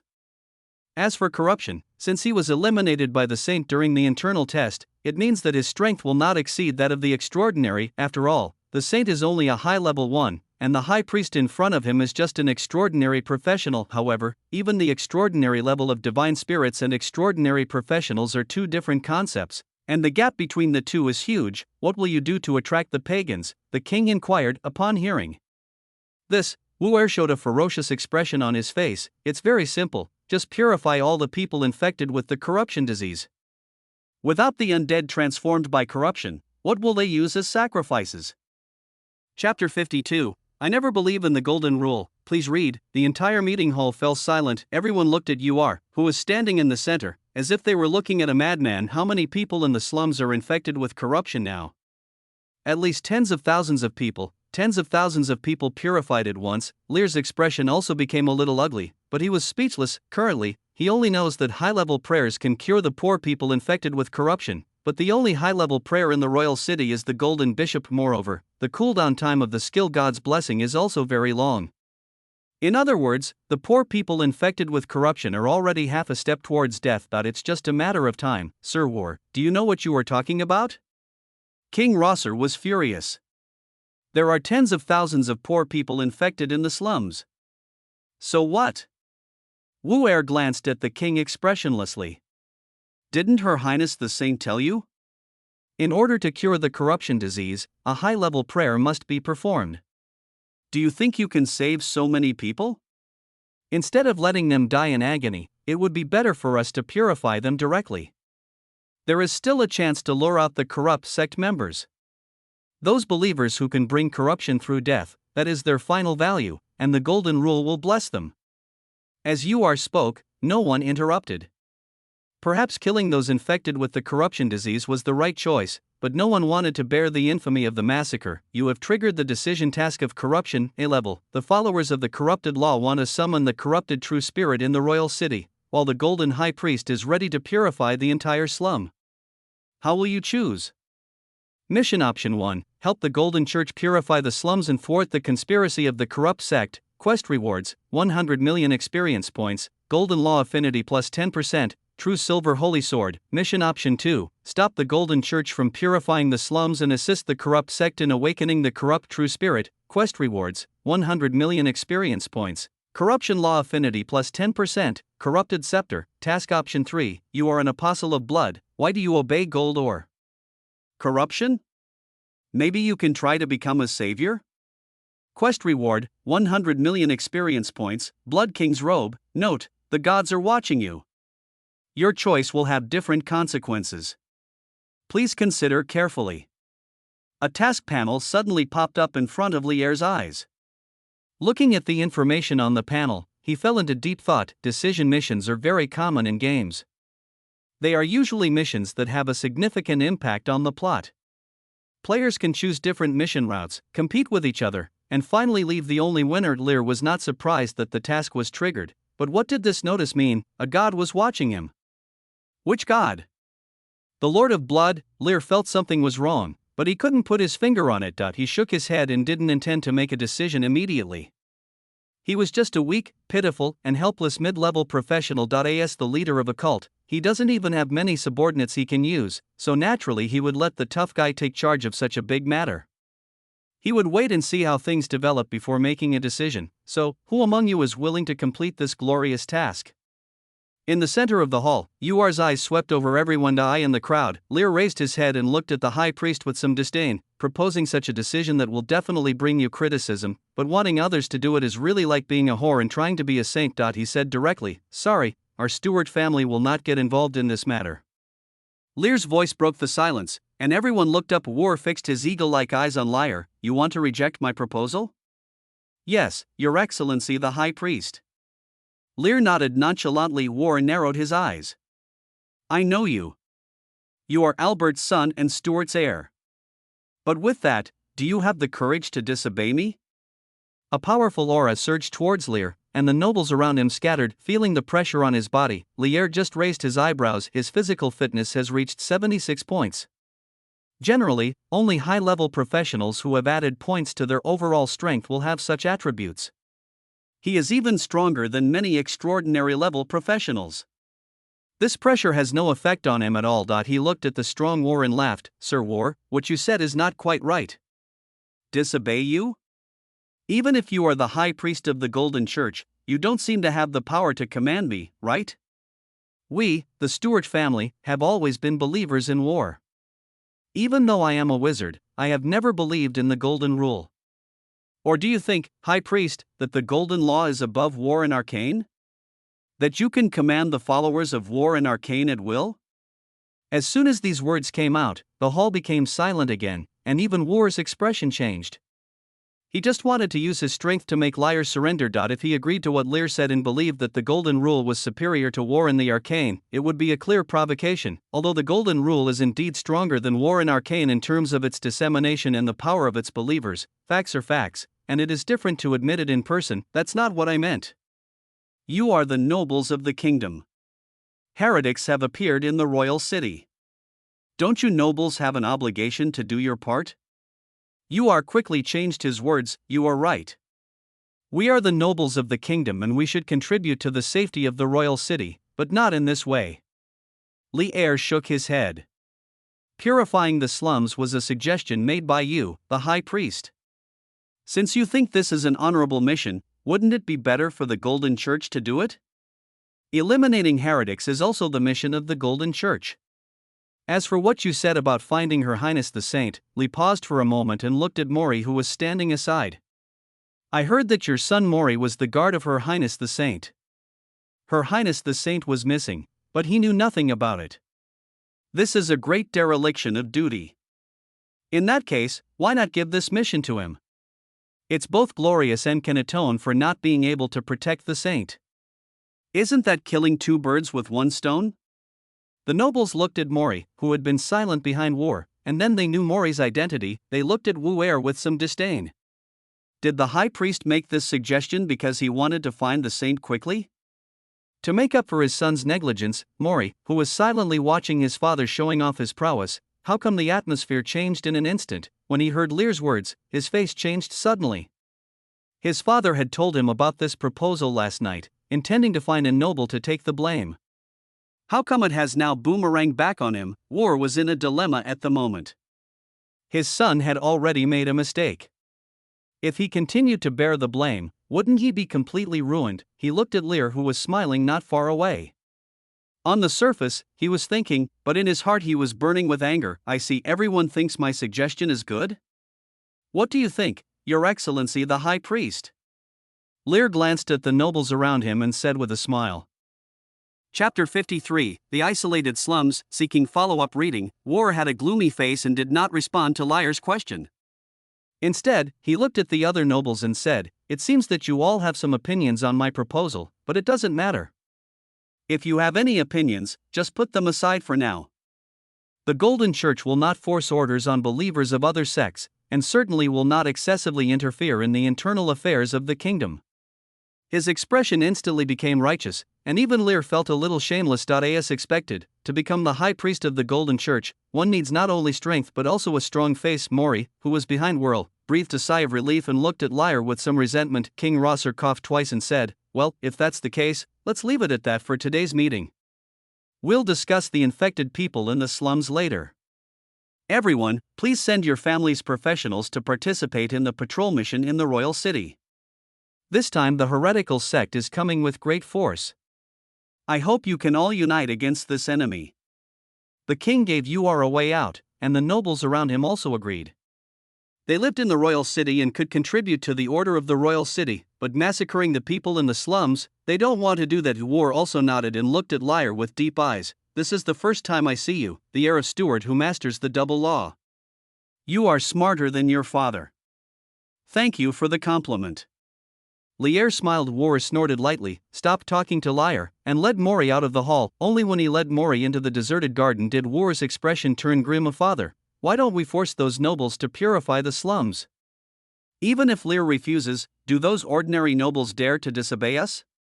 Maury followed behind and asked anxiously, Don't you know that the three orthodox sects have an agreement not to interfere in the internal affairs of the kingdom's nobles? All looked at Maury, then thought of Lear, and said with some regret, But we were like this before, and no noble dared to resist us? Maury was puzzled. If it were a normal situation, then there would be no problem. But now Her Highness the Saint is missing, and His Holiness the Pope has not yet learned about this. I came here alone after receiving a secret letter from Rosser.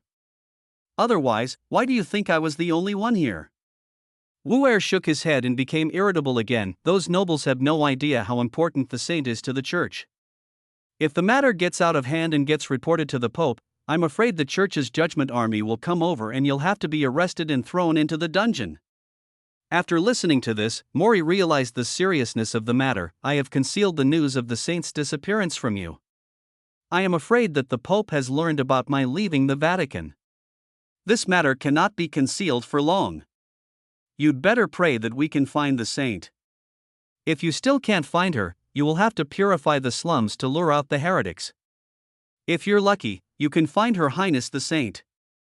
As long as Her Highness the Saint is still alive, I can take care of everything for you. If anything happens to Her Highness the Saint, having said this, War stopped talking. Maury was disheartened and had already begun to regret accepting the mission of protecting the saint. The meeting ended in a strange atmosphere. Lear and Irwin left the palace together. Looking at Irwin with a sad face, Lear asked, Uncle Irwin, what do you think of High Priest Ur's proposal? It's too cruel. Even if those poor people will die eventually, it's immoral to forcefully control the fate of others. But, if the purification of those infected people really attracts pagan believers, perhaps you will be able to find out the whereabouts of Divine, and you can rescue Divine. Erwin was stunned for a moment. He hadn't thought about this question. When he heard Ur's proposal, he just felt crazy about Ur's idea. A struggle appeared on his face. After a long while, he sighed and said, I cannot break my moral bottom line. I still reject the proposal of High Priest Ur.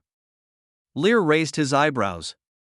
Erwin's answer was beyond his expectations. You are a kind person, he praised. We are all the same, aren't we? Her Royal Highness the Princess also disappeared, and even earlier, but you also rejected the proposal of High Priest Ur. Erwin smiled. Lear shrugged and said nothing. He is completely different from Erwin. The princess was locked up in his house, so he naturally didn't care, but Divine was really missing. I'll keep an eye on Tivany for you. Erwin was stunned for a moment, then thank you in advance.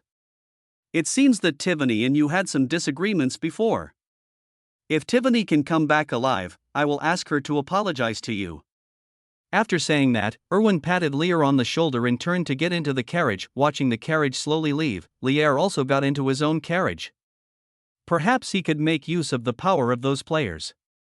They had the ability to explore, so they had a greater chance of finding hidden heretics. However, there was one thing that puzzled Lear. He remembered that in his previous life, when the game was tested internally, there seemed to be no plot about Tivany being kidnapped, and it was not mentioned during the public beta test either. What's going on now? The next day, Lear took a carriage to the slums. When he helped Li Huan and Yao Yao awaken their affinity with the blood law, he also put a blood mark on the two women so that he could find them quickly. Earlier he had put a blood mark on Jim, but the mark disappeared not long ago. And Jim never came back to find him. There was something wrong with this, but Lear didn't have the time to dwell on a liar. Continued, seen in the slums, the carriage stopped in front of the slums, and Lear saw the professionals sent by the nobles. The slums were blocked, and the professionals would not be infected by the corruption disease, only ordinary people would. Just as he was about to enter the slums, he heard a quarrel. Why are you stopping us from going out? We are just here to take a stroll in the slums. We are good citizens of the royal city. We are not infected with the corruption disease at all. Li Huan looked at the soldiers blocking her way and said angrily that ever since she accepted the recruitment of the Blood Apostle Meng, she planned to wander around the royal city, inquire about the news, and demonstrate her own value so that she could be rewarded the next time she saw the Blood Apostle. She came here because she heard that there was an outbreak of corruption in the slums and heretics from a corrupt sect were appearing. But who would have thought that after entering? Yesterday, I would not be allowed out today. I'm sorry, ma'am. This is an order issued jointly by His Majesty the King and the Golden Church. Anyone entering the slums will be quarantined. The professional soldier explained patiently why. The soldier smiled and did not answer the question. The news that the high priest was going to purify the entire slum had spread among the nobles. Although it had not reached the ears of ordinary citizens due to the king's repeated instructions, they also knew that the people in the slums probably would not live long. Even if it is not purified by the Golden Church, it will die at the hands of corruption. Even if someone doesn't have symptoms of corruption disease yet, who knows if they are infected but haven't yet developed an outbreak? Chapter 54. Kill me if you dare. Please read on. Are you going to let us leave or not? Li Huan could no longer bear it. She had a straightforward temper, otherwise how could she be called a Valkyrie? Madam, please don't make things difficult for me. The soldier waved his hands repeatedly. What happened here? A gentle voice suddenly came from not far away. Lear walked over slowly, wearing a tall hat and a clean casual dress. He had a noble and elegant temperament, like a holy lotus in the filthy slums. Li Huan and Yao Yao behind her were both stunned for a moment, and the barrage of comments in the live broadcast room also floated up. Damn, this NPC is even more handsome than me? This temperament and aura, at first glance, shows that he is a great noble in the kingdom. Valkyrie, quickly investigate. I want to know all the information about this NPC. Li Huan saw the floating barrage, reacted, and said with some disdain, have you never seen a handsome guy? What's so good about this? I have never seen such a handsome guy, mainly because of his natural temperament. In real life, most of the guys are just greasy and pretentious. Check it out quickly, I'll give you a plane. Li Huanhuan was helpless. She couldn't understand. She still felt that the blood apostle monk whom she met in person was cooler. She threw a detection spell at the handsome guy in front of her. Name, profession, grade, favorability, normal danger level, extremely deadly comment. This is a nobleman of distinguished status and extremely powerful. If it is not necessary, I suggest you not to anger him, but your behavior of casually prying into other people's privacy has been discovered. Li Huanhuan was stunned for a moment, and the barrage in the live broadcast room also froze for a moment. Another extremely deadly one, and why are there so many question marks? And after the last comment, Li Huanhuan felt as if she was in trouble. My favorability towards you has decreased, and is currently indifferent. As it turned out, she really got into trouble. Looking at the system panel that popped up, Li Huanhuan was in tears. Which bastard asked her to investigate? The blood apostle was discovered last time he was explored, and he was discovered this time too. Could it be that the player's exploration skills can be discovered? It is very rude to pry into other people's privacy casually, ma'am. Lear looked at Li Huanhuan and said calmly. Li Huanhuan seemed a little embarrassed. These words seemed familiar to her. She should have thought that the detection technique would be detected. This gentleman, leave them to me. I feel like they are a little suspicious. Lear interrupted Li Huanhuan and said to the professional soldier beside him, No problem, Mr. Lear. The soldier did not dare to stop him. He had heard about what happened in the previous meeting. The young master in front of him was a man who dared to confront the high priest of the Golden Church. Lear smiled and looked at Li Huanhuan and Yao Yao again. Come with me, two beautiful ladies, let's talk about what happened just now. Li Huanhuan and Yao Yao looked at each other, and discussions began in the live broadcast room. Don't be scared, Valkyrie, follow him. This is full of question marks, and it's obvious that this is an awesome NPC. Damn, this damn pretty boy is not going to fall in love with Valkyrie and Yao Yao, right? Don't tell me, it's possible. I heard that the private lives of Western nobles are very decadent. No, will the NPCs in this game still be interested in players? Li Huanhuan gritted her teeth, ignored the barrage, and followed Yao Yao. He was just an NPC. There was no need to be afraid. At worst, I can die and be resurrected. 3 people, 1 in front and 2 behind, got into Lear's carriage. Lear greeted the coachman and the carriage started moving again. Inside the carriage, the 2 women stared at Lear closely. The nobleman in front of them indeed had a temperament and appearance far beyond that of ordinary people. Li Huanhuan had to admit that this was the most handsome man she had ever seen. Lear did not speak, but glanced out the window. The carriage drove towards the empty park woodland. He pulled the curtains and looked at Li Huanhuan and Yao Yao again. You are not ordinary people, right? He said. Sir, what are you talking about? We are just ordinary good citizens. Li Huanhuan answered stubbornly. Before, she was caught by the Golden Church just for saying a few good words about the blood apostle. Now she doesn't want to be caught again. After so many days in the game, she has almost understood that the forces in this game are very sensitive to abnormal powers. They call people with abnormal powers heretics. Some players have already complained on the forum that they were arrested by the Golden Church for exposing the fact that they had resurrected from the dead. Looking at Li Huanhuan's appearance, as a former player, Lear could also guess what Li Huanhuan was thinking. This was the case for all players who first entered the game in the previous life. They tried their best to hide themselves. Even if they joined the 3 major Orthodox sects, they would be arrested as heretics as long as they revealed their ability to resurrect from the dead. There are also many people who are discovered and captured by strong people because of their casual use of detection techniques. This is a common occurrence. This situation was not alleviated until 10 days after the public beta. The 3 major sects called players with the ability to resurrect inhumans and no longer captured them. Instead, they spread the power of the law to them, as if they had suddenly reached some kind of consensus. Lear smiled and pretended to be serious and said, Ordinary citizens don't have the ability to detect other people's information. Probing other people's information? What are you talking about, sir? I don't quite understand. Li Huanhuan blinked, pretending to be pitiful and forced to act stupid. Looking at Li Huanhuan's poor acting skills, Lear couldn't help laughing. Has anyone ever told you that your acting is terrible? Am I being laughed at by an NPC? After a brief silence, Li Huanhuan's cheeks turned slightly red. The Valkyrie of the gaming world was actually laughed at by an NPC. Are the NPCs in this game so intelligent? The comments in the live broadcast room started scrolling wildly, and Li Huanhuan gritted her teeth. Yes. Even if I find out your information, so what? Kill me if you can. Li Huanhuan's defenses were broken, and she completely gave up on herself and no longer hid. Lear turned a blind eye to Li Huanhuan's anger and continued to behave like a gentleman. You want to provoke me to kill you? And then resurrect you? These words were like a bucket of ice water poured on Li Huanhuan's head, extinguishing the anger in her heart. She looked at the man in front of her in disbelief, and after a while she said, "How did you know I would be resurrected?" She began to wonder, was the man in front of her really an NPC?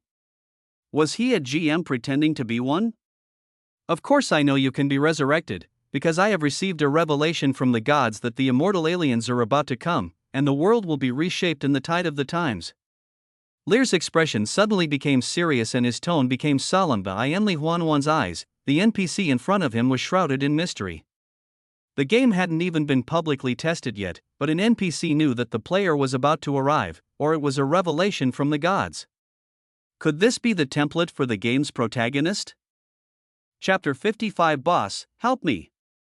Please read. Seeing Li Huanhuan in shock, Lear laughed secretly in his heart. This is the effect he wanted, to make up some seemingly high-sounding words and plant a sense of mystery in the players' minds. When the game is released for public testing, he can attract players to work for him, and then offer some rare rewards, and then he can control these players tightly. He remembered that many players in his previous life had created their own spells, so he could take some time to learn them all and then pass them on to other players. He also has a lot of sword skills.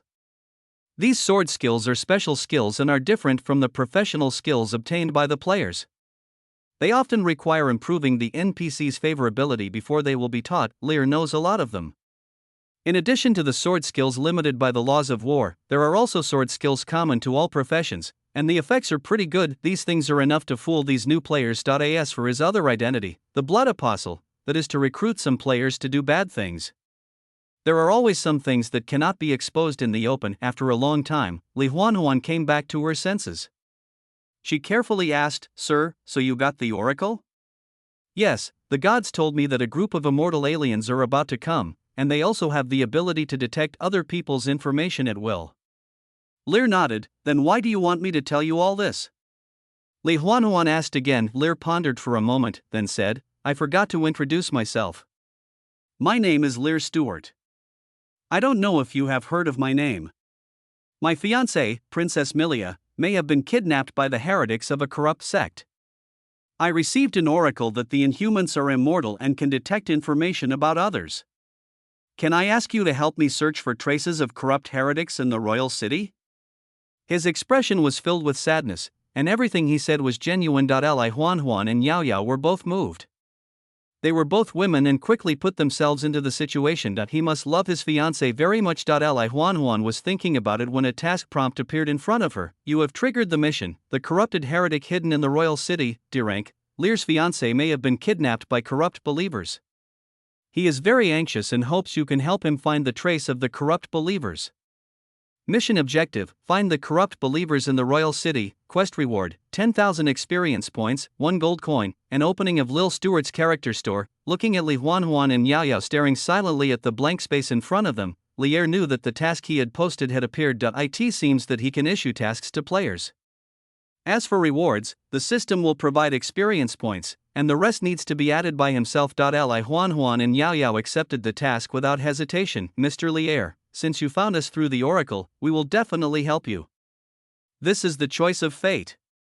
Li Huanhuan looked at the last words in the reward column. Experience points and gold coins are not important because they cannot be brought to the public beta anyway. However, this character store is different. Even if the internal beta test is over, the store will be open for during the public beta test. The data cleared during the internal beta test will only be the character level and the items obtained, and more importantly, he has the support of Lear, an NPC who can obtain oracles. Then I will wait for good news from you too. If you can provide reliable information, you can come to Stuart Mansion to find me, and I will give you a generous reward."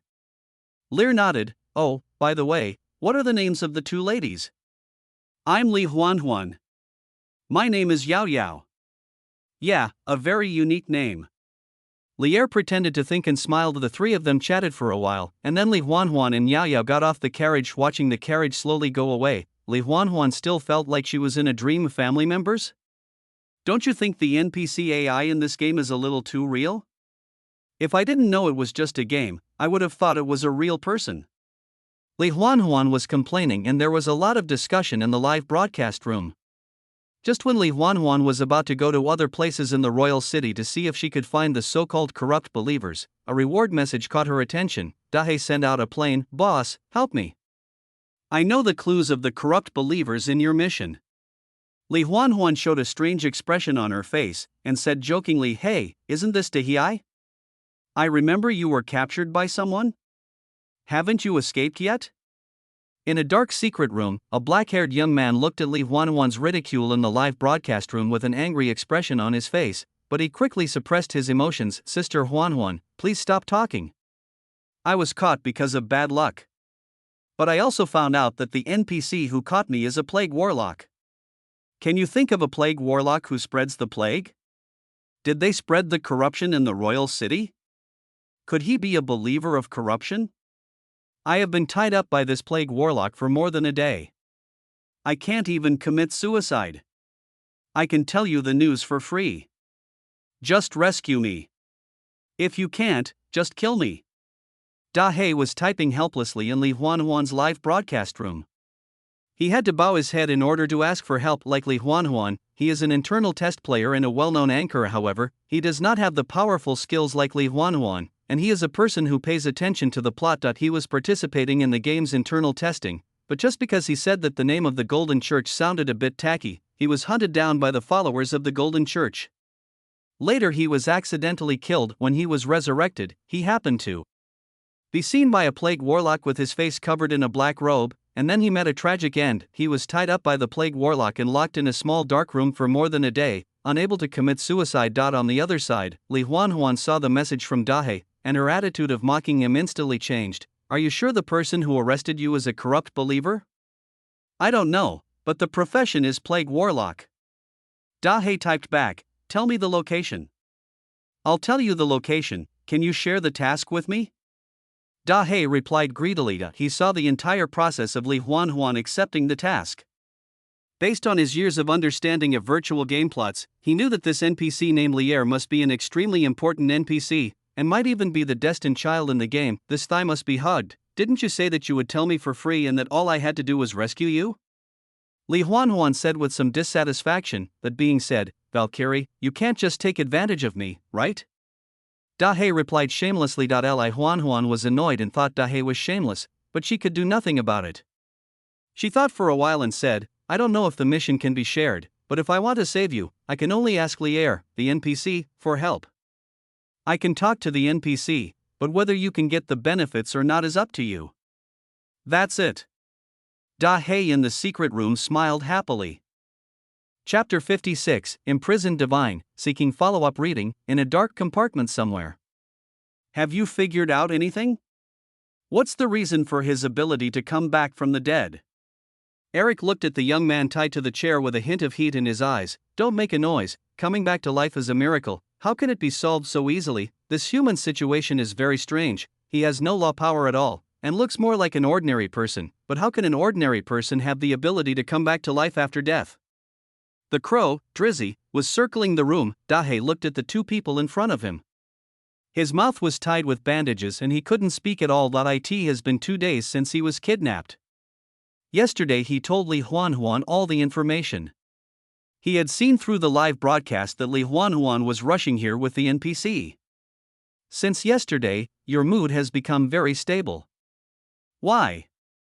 The crow landed on Dahe's shoulder, somewhat puzzled. He remembered that after he captured the man who could come back to life, he kept screaming, so he sealed his mouth with a bandage. But even so, this man continued to struggle, and even when he was untying the bandages last night, he revealed that they were corrupt believers. His and Eric's identities were known by an ordinary person, but they had no idea how they were exposed.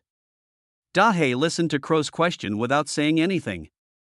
Not far away, Eric opened the door of the secret room and said to Crow anxiously, "Oh no, I saw Erwin." "Who?" Crow was a little confused. "Taiwanese father, a great wizard of extraordinary level." Eric answered in a panic. Extraordinary wizard? Crow was stunned for a moment, then looked to the other side. On the same chair, a young girl was tied there, with a pale face and messy-haired Daikoku also looked through the open door of the secret room and saw the imprisoned girl. A probe was thrown out subconsciously. Name, divine occupation, mage grade? Favorability, indifferent danger level, extremely deadly current status, dying, infected by corruption. Comment, the kidnapped genius wizard is now about to die. Perhaps she will become a sacrifice to awaken the corrupt true spirit. Has our kidnapping of Taiwanese been exposed? Eric said anxiously. Through the window, he saw Lear and Elvin, the bishop of the Golden Church, and two women he didn't know all coming to the Duke of Norton's mansion. Impossible. No one saw us when we took action. Crow said subconsciously. But Divine's father has come. He is an extraordinary wizard. Can you stop his mental power from detecting Divine? The crow was silent. He could not contend with the extraordinary wizard. He looked at the girl tied to the chair and said after a while, "Let's leave here." "What do you mean?" "I can't compete with a professional of extraordinary level, so we have to escape." Crow said quietly. "Escape?" Eric looked at the crow in disbelief. "Yes, when you accepted the power of the corrupt law, you should have understood that you are now a heretic." The crow said as a matter of course, "If you haven't been exposed, you are still the noble son of the Duke, but if you are exposed, you will just become a rat crossing the street that everyone wants to beat." Her father has come and obviously, the matter has been exposed. Eric was stunned. Although he had prepared himself mentally, it was still difficult for him to accept the thought of abandoning his noble identity and becoming a heretic who had to hide from then on. After a long time, he had to face the facts. Looking at Divine, he said unwillingly, "Then are you going to take Divine with you? This is the mother body we cultivated with great difficulty. You want to take away the daughter of the extraordinary wizard in front of him? With your current strength?" The crow looked at him as if he was a fool. As it spoke, it looked back at the girl tied to the chair, its eyes becoming cruel. "We can't take her away, so let's perform the ritual to detonate her in advance. We have cultivated her for so long and can't waste it. Let's leave here and cultivate other mother bodies." Lear brought Elwyn, Golden Bishop Gas, and Li Huanhuan to the Duke of Norton's mansion, and followed the butler through the garden to the hall. He didn't expect the players to be so efficient. The task was just released yesterday, but there were clues within a day. Li Huanhuan brought news that the plague warlock's name was Eric Norton, which surprised Lear. "Lear, are you sure there are clues about corrupt believers in the Duke of Norton's mansion?" Alvin asked doubtfully when Lear came to him with two strangers. He thought for a moment that Lear was joking and just wanted to discredit the Duke of Norton, but when Lear found the Golden Bishop and brought him to the Duke of Norton's mansion, he realized that Lear might be serious.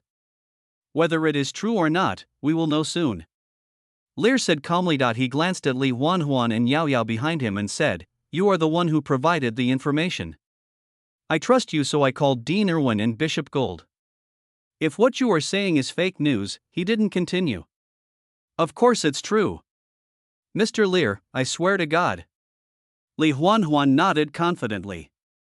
She had already found out Dahe's location by adding him as a friend. The corrupt believer was right here. She wanted to say something else, but the message bar flashed. When I clicked on it, I saw a photo sent by Dahe. In the photo was a haggard girl with a message from the girl next to it. "This is her time to show off and seize the opportunity to improve Lear's favorability," she immediately said with a serious face. "My companions have found out the exact information. Miss Divine is locked in a compartment in the villa next door. The corrupt believers are planning to perform a ritual to detonate the corrupt disease in Miss Divine." As soon as these words were spoken, everyone's expression changed except for Lear. At this moment, a voice came from outside the living room. "Where did this little girl come from who dares to frame my Norton family?" Duke Norton walked over quickly with a somewhat grim expression. When he heard that Lear brought a group of people to visit him, he felt that Lear had bad intentions, and now it seems to be true. It turned out to be such a despicable means of slander. Irwin listened to Li Huanhuan's words, completely ignoring Duke Norton, who was coming over, and asked seriously, "Ms. Li Huanhuan, are you sure that what you said is true?" "I promise." Li Huanhuan patted his chest. "Dean Irwin, you won't believe the nonsense of this little girl, right? Duke Norton said in a deep voice. Irwin raised his head, his eyes became sharp. Taiwanese had been missing for a long time, he would not miss any clue. Whether it's true or not, I'll find out after I search it. Alvin flashed out of the living room, and the others looked at each other and followed him out. When Alvin appeared again, he was already above a villa not far away. The terrifying mental power directly swept across the entire villa. When he sensed the situation inside the villa, his expression instantly became ferocious. Damned heretic, stop it. This roar startled everyone who had just walked out of the living room, and then Duke Norton's expression became ugly. Could it be that the corrupt believers are really hiding in their own homes? The Golden Archbishop's expression also turned serious and he rushed over. The terrifying arcane energy gathered above the villa. The anger of the extraordinary wizard was terrifying. A dark purple ripple swept past and directly lifted the roof of the villa. The entire villa was collapsed, revealing the situation inside. In the innermost corner of the villa, Taiwanese was tied to a chair, and Eric was beside her, half kneeling on the ground, with a strange ritual circle drawn on the ground. This time, Bishop Gold and Duke Norton also came out and saw the same scene. Chapter 57, The Villain Dies Because of His Talkativeness. Please read. In the ruins of the villa, Eric slowly turned his head and looked at everyone with a wicked smile. I didn't expect to be discovered by you. Eric? Duke Norton widened his eyes. He never thought that his son would become a heretic. He knew nothing about the magic circle on the ground that exuded a sense of decay, and the kidnapped Tavini. The expression of the golden bishop Gas at the side also turned serious. These days, High Priest Ur's commander, the Golden Church, was working at full capacity to search for clues of heresy. He accepted Lear's invitation just to try his luck, but he didn't expect to actually make some discoveries. Duke Norton, what is going on? You'd better explain it, Bishop Gas said in a deep voice. I don't know about that, Duke Norton explained quickly. Of course you don't know, Eric said with resentment. Ever since you gave up on me and planned to have another child, you haven't paid any attention to my affairs. You think I've become a waste, but how can you find out that I've accepted corrupt laws? Duke Norton remained silent. He did give up on Eric, but that was also because of Eric's incompetence. If Eric could defeat Lear in a duel, why would he give up on him? Eric, you are my son, you should not be exposed to heretical laws. Duke Norton took a deep breath. Now that things have come to this, he can only draw a clear line between himself and Eric. Originally, even if he gave up Eric, he could still give Eric a life of wealth and glory, but now it is no longer necessary. From the moment you gave up on me, I was no longer your son. Heretical laws? As long as it can make me stronger, what does it matter if it's heresy? Let my daughter go. Alvin, looking at the dying Tavini, was ignited by anger. Has his daughter been suffering such pain these days? He wished he could tear Eric into pieces. Dean Irwin, why are you so angry? Shouldn't I be the one who should be angry? It was the potion that Tavini gave me that turned me into a waste. Eric roared madly, and the ritual circle on the ground emitted an even brighter light. Divine's breath became weaker and weaker, as if she would die in the next moment. No, stop it. Irwin's eyes were bloodshot. Kneel down and beg me. Do you care about Tavini very much? Then beg me, maybe I will spare her life. Eric controlled the corruption plague unscrupulously. Oh, by the way, there's also Lear, let him kneel down together. Eric looked at Lear with a ferocious face. Lear, who had been eating melons, twitched his eyes slightly. How did it involve him? Everyone's eyes turned to Alvin and Lear felt that he had suffered an unprovoked disaster. Irwin turned his head. Tavini was his only child. After his wife passed away, Tavini was everything to her. He was willing to give everything for Tavini. Yet he looked at Lear with pleading eyes, but Lear shook his head. Dean Irwin, why do you have to give in to this piece of shit? Lear looked at Eric and said, has anyone ever told you that villains die because they talk too much? As he spoke, a dark night rose appeared in his hand, and the next second, the figure disappeared from the spot. When Lear appeared again, he was already in front of Eric. The night rose pierced Eric's chest directly, cleanly, and neatly, and then kicked Eric away. He picked up Tavini and flashed away from the spot. Everything happens in a flash of lightning. When they returned to Irwin, no one had reacted. Yet Juan and Yao Yao were stunned when they saw this scene. There was a brief silence in the live broadcast room. I remember Mr. Lear said he was a wizard. Li Huan said uncertainly. Yes, he is a wizard. Yao Yao nodded absent-mindedly. You call this a magician? Bishop Gas, please heal Tivni. Lear said to the stunned golden bishop. At this time everyone reacted. Erwin looked at Divine, who came back to him and cried with joy. Bishop Gas immediately waved his scepter and performed a divine blessing. Tivini, who was originally dying, recovered quickly. Lear handed Tivini over to Elvin. Tivini in the previous life had a bad personality and he hated her very much. If possible, dying here might be a good choice, but he felt that he should respect Elvin. This extraordinary wizard deserved respect, and it was not bad to make friends with an extraordinary wizard. Taking Divine from Lear, Erwin said gratefully, I have heard that you have gained the power of the law of war and become a professional of the dual law, but this power still shocks me. Lear smiled and said, it's just an ordinary sword technique. No matter what, it was you who saved Tivini. I will repay you after I have dealt with Eric's issue. Alvin said solemnly, looking at Eric, who was lying on the ground not far away. Eric was no longer moving, and the ceremony was interrupted. Eric. Duke Norton sighed. His son died after all. Don't sigh, Your Majesty. Eric is not dead yet. Lear said suddenly.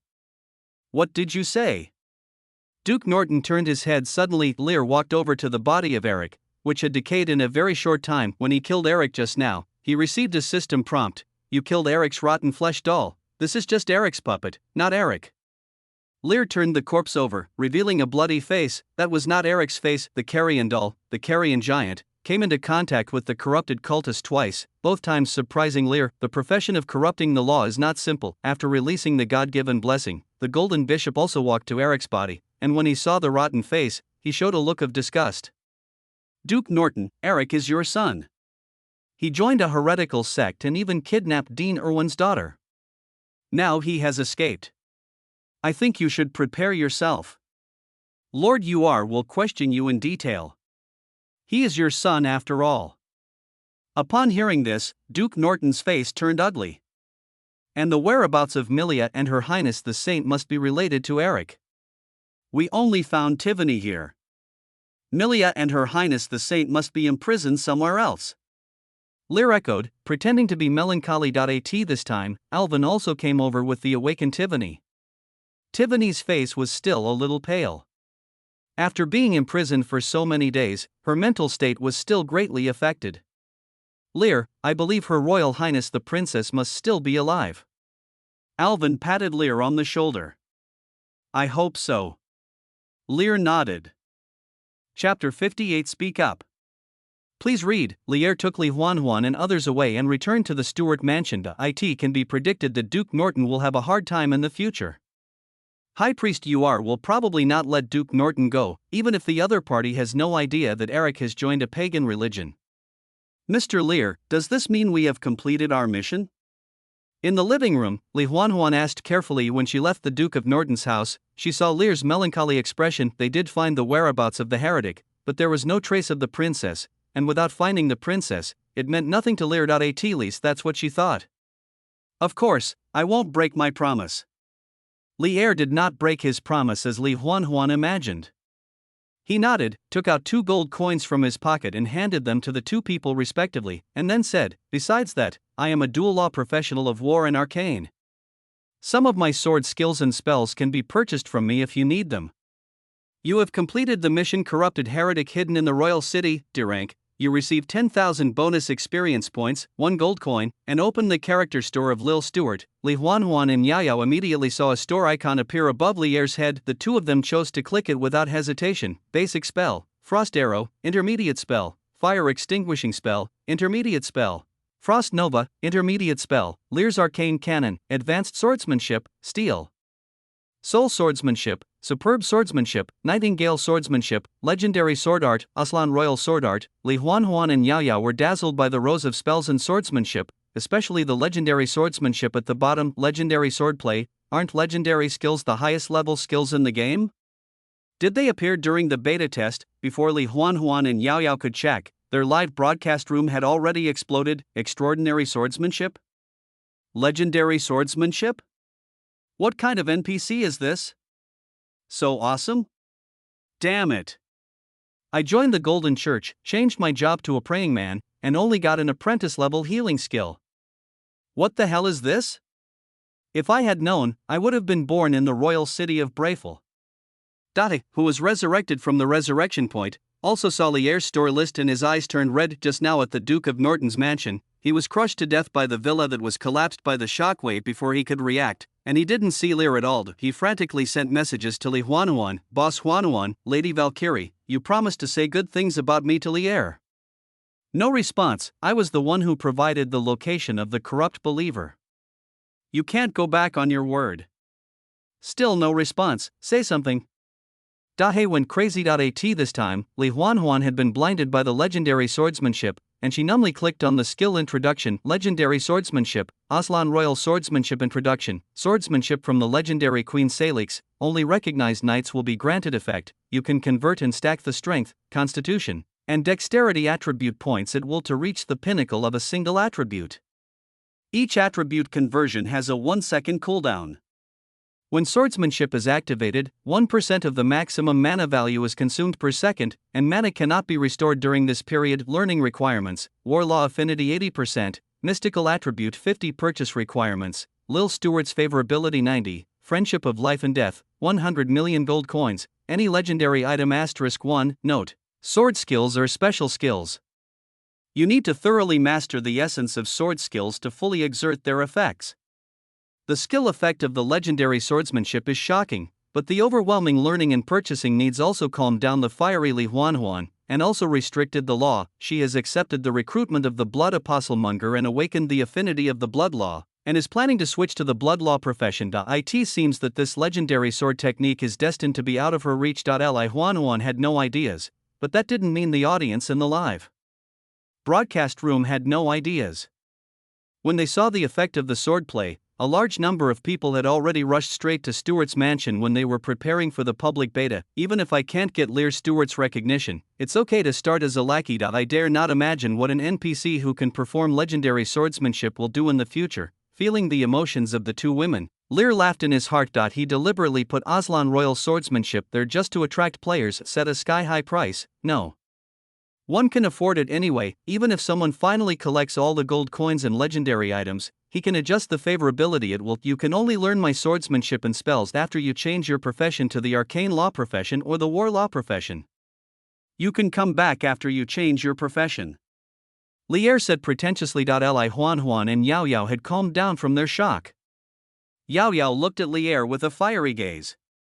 He was handsome, mysterious, and powerful, which was exactly in line with her XP. For Li Huanhuan, she was a little absent-minded.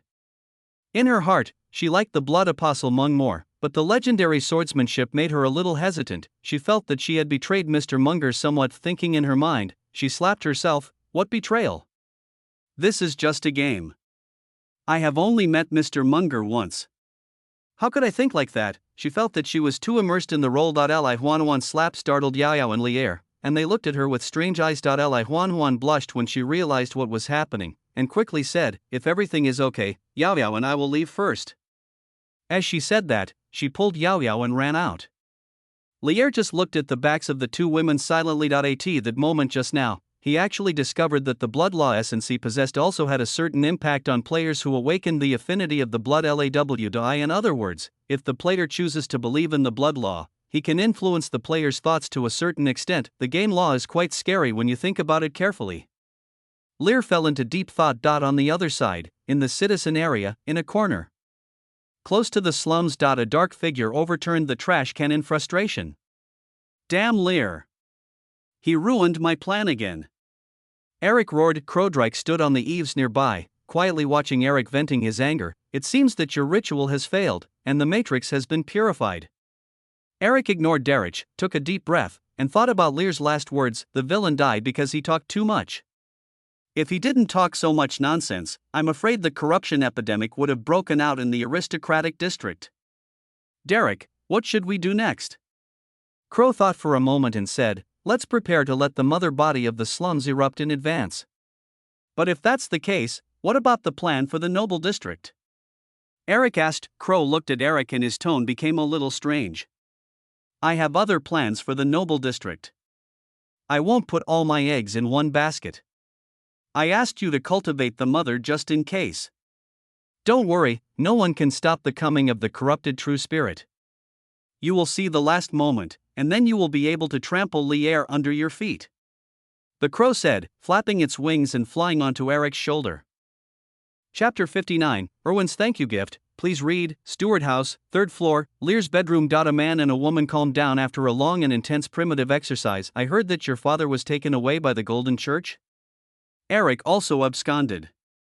And you, the daughter of Duke Norton, came here at this time to seduce the man of your enemy.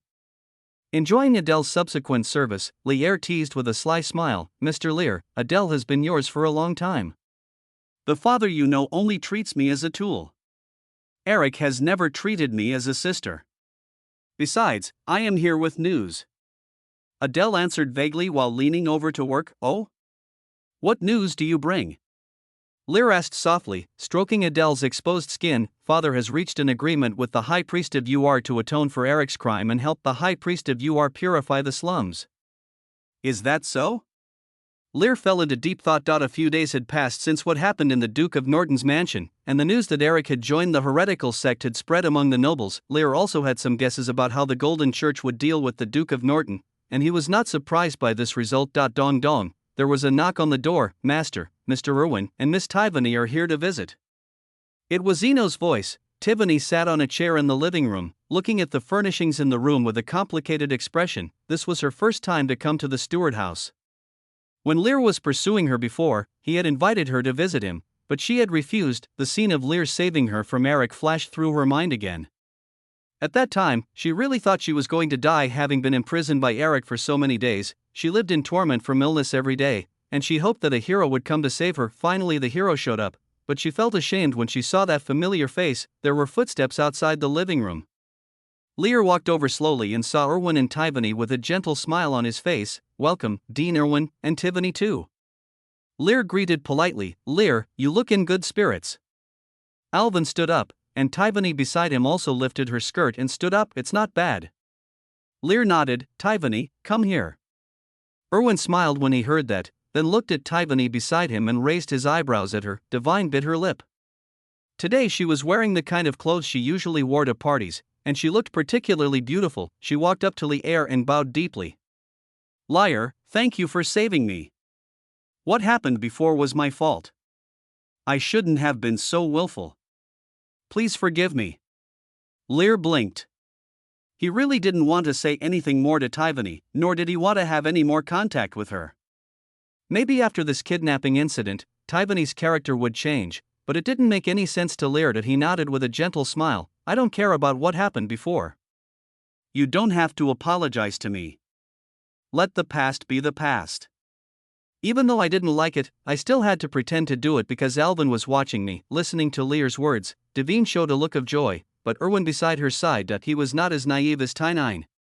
Lear forgave Tivany on the surface, but he clearly felt the coldness in her words. Irwin brought Tivany to the Stuart mansion to repay Lear and to try to ease the relationship between Lear and Tivany. He saw Lear's strength and had a deep understanding of the power of the dual law profession. He could imagine that Lear would become even more powerful in the future. Originally, such a person had the opportunity to become his son-in-law. Liar, you saved Divine, and I said I would repay you. You are a dual law professional, and one day you will break through to the high level or even the extraordinary level. I have prepared some powerful spell books for you, and you can choose one from them. Alvin took out 3 books from the storage props. Lee's eyes suddenly lit up. What could a spellbook taken out by an extraordinary wizard be? A supernatural spell, Frost Wind, supernatural spell, Summoning Flame Demon, high-level spells, Blood Demon Origin. The information of 3 spellbooks appeared in front of Lear. The first 2 were extraordinary spells and were also famous in his previous life. Hoarfrost Wind is a large-scale frost spell that combines control and damage. When released by an extraordinary wizard, it is enough to destroy an army. Summon Fire Demon is a summoning spell that can summon a powerful fire demon. Lear's eyes fell on the last high-level spell. Compared with the first 2 extraordinary spells, this high-level spell surprised him even more. High-level spell, Blood Demon Homology, status skill, Introduction, a spell inherited from the Arcane Council. Only members of the Council are qualified to learn it or effect. activate blood demon's origin, and your skills can be released by consuming an equal amount of health learning requirements. Arcane law affinity 20%, intelligence attribute 40, mystical attribute 40. The magic power consumption of skills can be released by consuming an equal amount of health points. Lear thought of his Aslan royal swordsmanship. When sword skills are activated, 1% of the maximum mana is consumed per second. If it can be replaced by consuming health points, his endurance will be improved again. I just don't know if activating Blood Demon Origin and then activating Aslan Royal Swordsmanship will consume 1% of the maximum health or 1% of the maximum magicka. These are two completely different concepts. Dean Elvin, are you really going to give me such a precious spell? Lear pretended to be shocked and pondered. My daughter is more precious than these spells. Erwin shrugged. Then I thank you for your gift. Lear was no longer polite and picked up the last book, Blood Demon Origin. He had an inexplicable sense of humor. He found divine because of the information given by the player. He only gave the player 2 gold coins and a store permission, but in return he got a high-level spell. It feels like getting something for free. Seeing Lear's choice, Erwin raised an eyebrow, but didn't say much. After getting the spellbook, Lear was in a good mood. He invited Alvin and Tivany to have dinner together until late at night. After seeing the two off, Lear returned to the study and took out the Blood Demon Origin again. Looking at the study requirements, he sighed helplessly. His affinity with arcane law is only 13.5%, so he cannot learn it for now and can only put it aside for now. But then again, as a mage, he has an affinity of 80% for the blood law, 89.9% for the war law, 18.9% for the Morningstar law, and 16.7% for the golden law. The affinity of arcane law is actually the lowest. What an incompetent wizard. Lear complained to himself. It would be great if we could find a carrier of the source of arcane law. An idea suddenly popped into his mind. Thinking in his mind, he shook his head in self-mockery. How could it be so easy to find someone? Chapter 60, Atheniana's Sacred Skills, seeking follow-up reading. The next day the king called another meeting. The protagonist of this meeting was the Duke of Norton. You all should have known about Eric's joining the heretical sect. King Rosser looked at the nobles with a serious face. As the Duke of the Kingdom, Vicente did not even realize that his son had come into contact with paganism. This is a serious dereliction of duty. Duke Norton stood in the center of the crowd, facing the various gazes from all around him with an expressionless face. This was indeed his dereliction of duty, and he had nothing to say. Duke Norton stood out from the crowd and said in a deep voice, "I failed to discipline Eric. To make up for my mistake, I am willing to lead the family's magicians to purify the slums." As soon as these words were spoken, there was a commotion in the crowd. The matter of purifying the slums has not yet been finalized, so why would Duke Norton say this? The king was also stunned for a moment. He frowned and was about to say something when the high priest stepped forward. Since Duke Norton has such awareness, let's arrange the operation to purify the slums. I will build a purification array in the slums and have Duke Norton implement it. I know this is a bit cruel to the poor, but rather than letting them die miserably under the pagan plague, it is a better choice to let gold purify them. King Rosser's face darkened. This was the palace of Briefil. Even the high priest of the Golden Church could not interfere with the kingdom's internal affairs without his permission. As if Wuer sensed Rosser's dissatisfaction, he turned his head and said to Rosser, "King Rosser, you are also a believer in gold, so you won't refuse, right?" Rosser was silent. He knew that Uar's decision was not nonsense. Those poor people infected with corruption are beyond help, and purifying them early can prevent the royal city from becoming more chaotic. I will arrange for the knights of the royal city to assist. Rosser finally compromised. Lear stood among a group of nobles, did not express his opinion, and just left the meeting hall with a blank expression. When I got home, it was time for dinner. Eno had already prepared the meal, and Milia was waiting for Lear. You seem to be in a bad mood? Milia noticed that something was wrong with Lear's mood. Nothing. Lear smiled and Milia frowned and looked at Lear's calm appearance.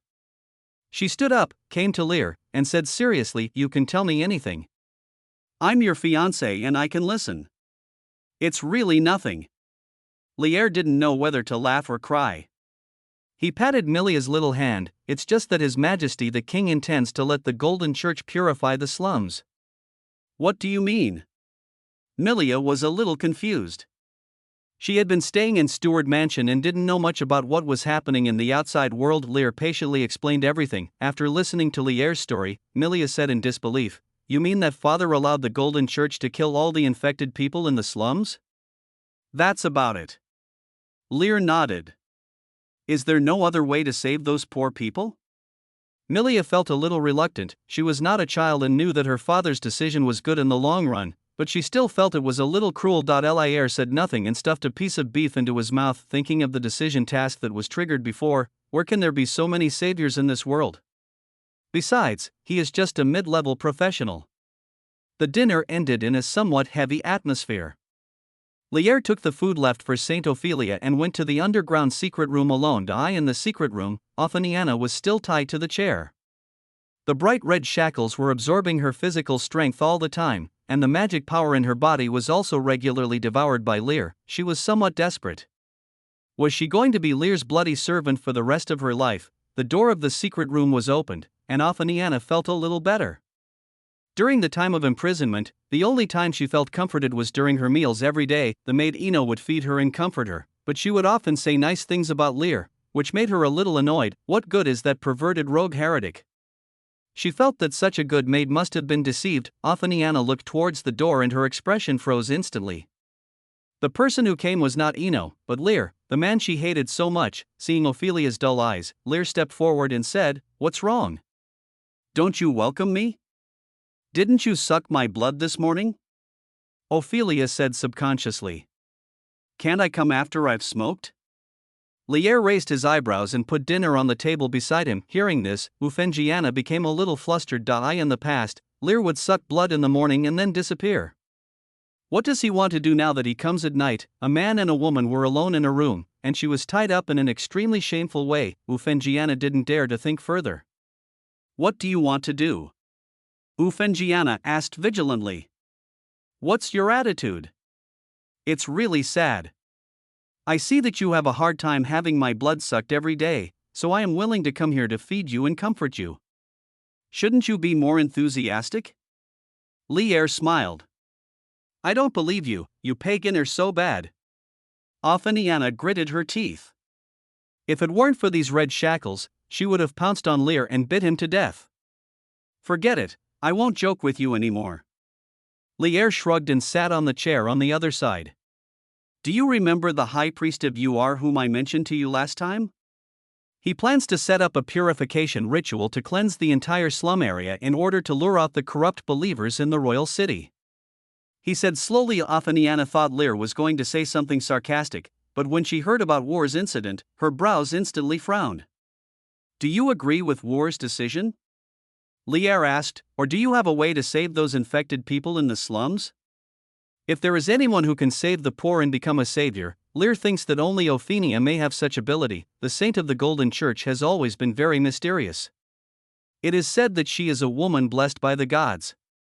It is not impossible for her to have some special abilities. Ophaniana fell silent, nodded, and shook her head. "If I can break through to the extraordinary realm, maybe I will have a chance to save those infected, but now, my magic power is not enough," she said with some regret. Listening to Ophaniana's words, Lear didn't say anything. The saint had no choice but to watch the Golden Church's operations. Quietly picking up the plate, he fed Ophelia. About 10 minutes later, after feeding Ophaniana, he leaned over and bit Ophaniana's neck hard. Since he came here, he naturally couldn't return empty-mouthed. The sweet and pure blood of the girl flowed into Lear's breath, and he sucked it greedily. Just as he was enjoying the wonderful taste of the saint, the system panel suddenly appeared in front of him. The skill bloodthirst effect is triggered, and you gain the saint level skill, Hymn of Hope. Lee's eyes widened immediately.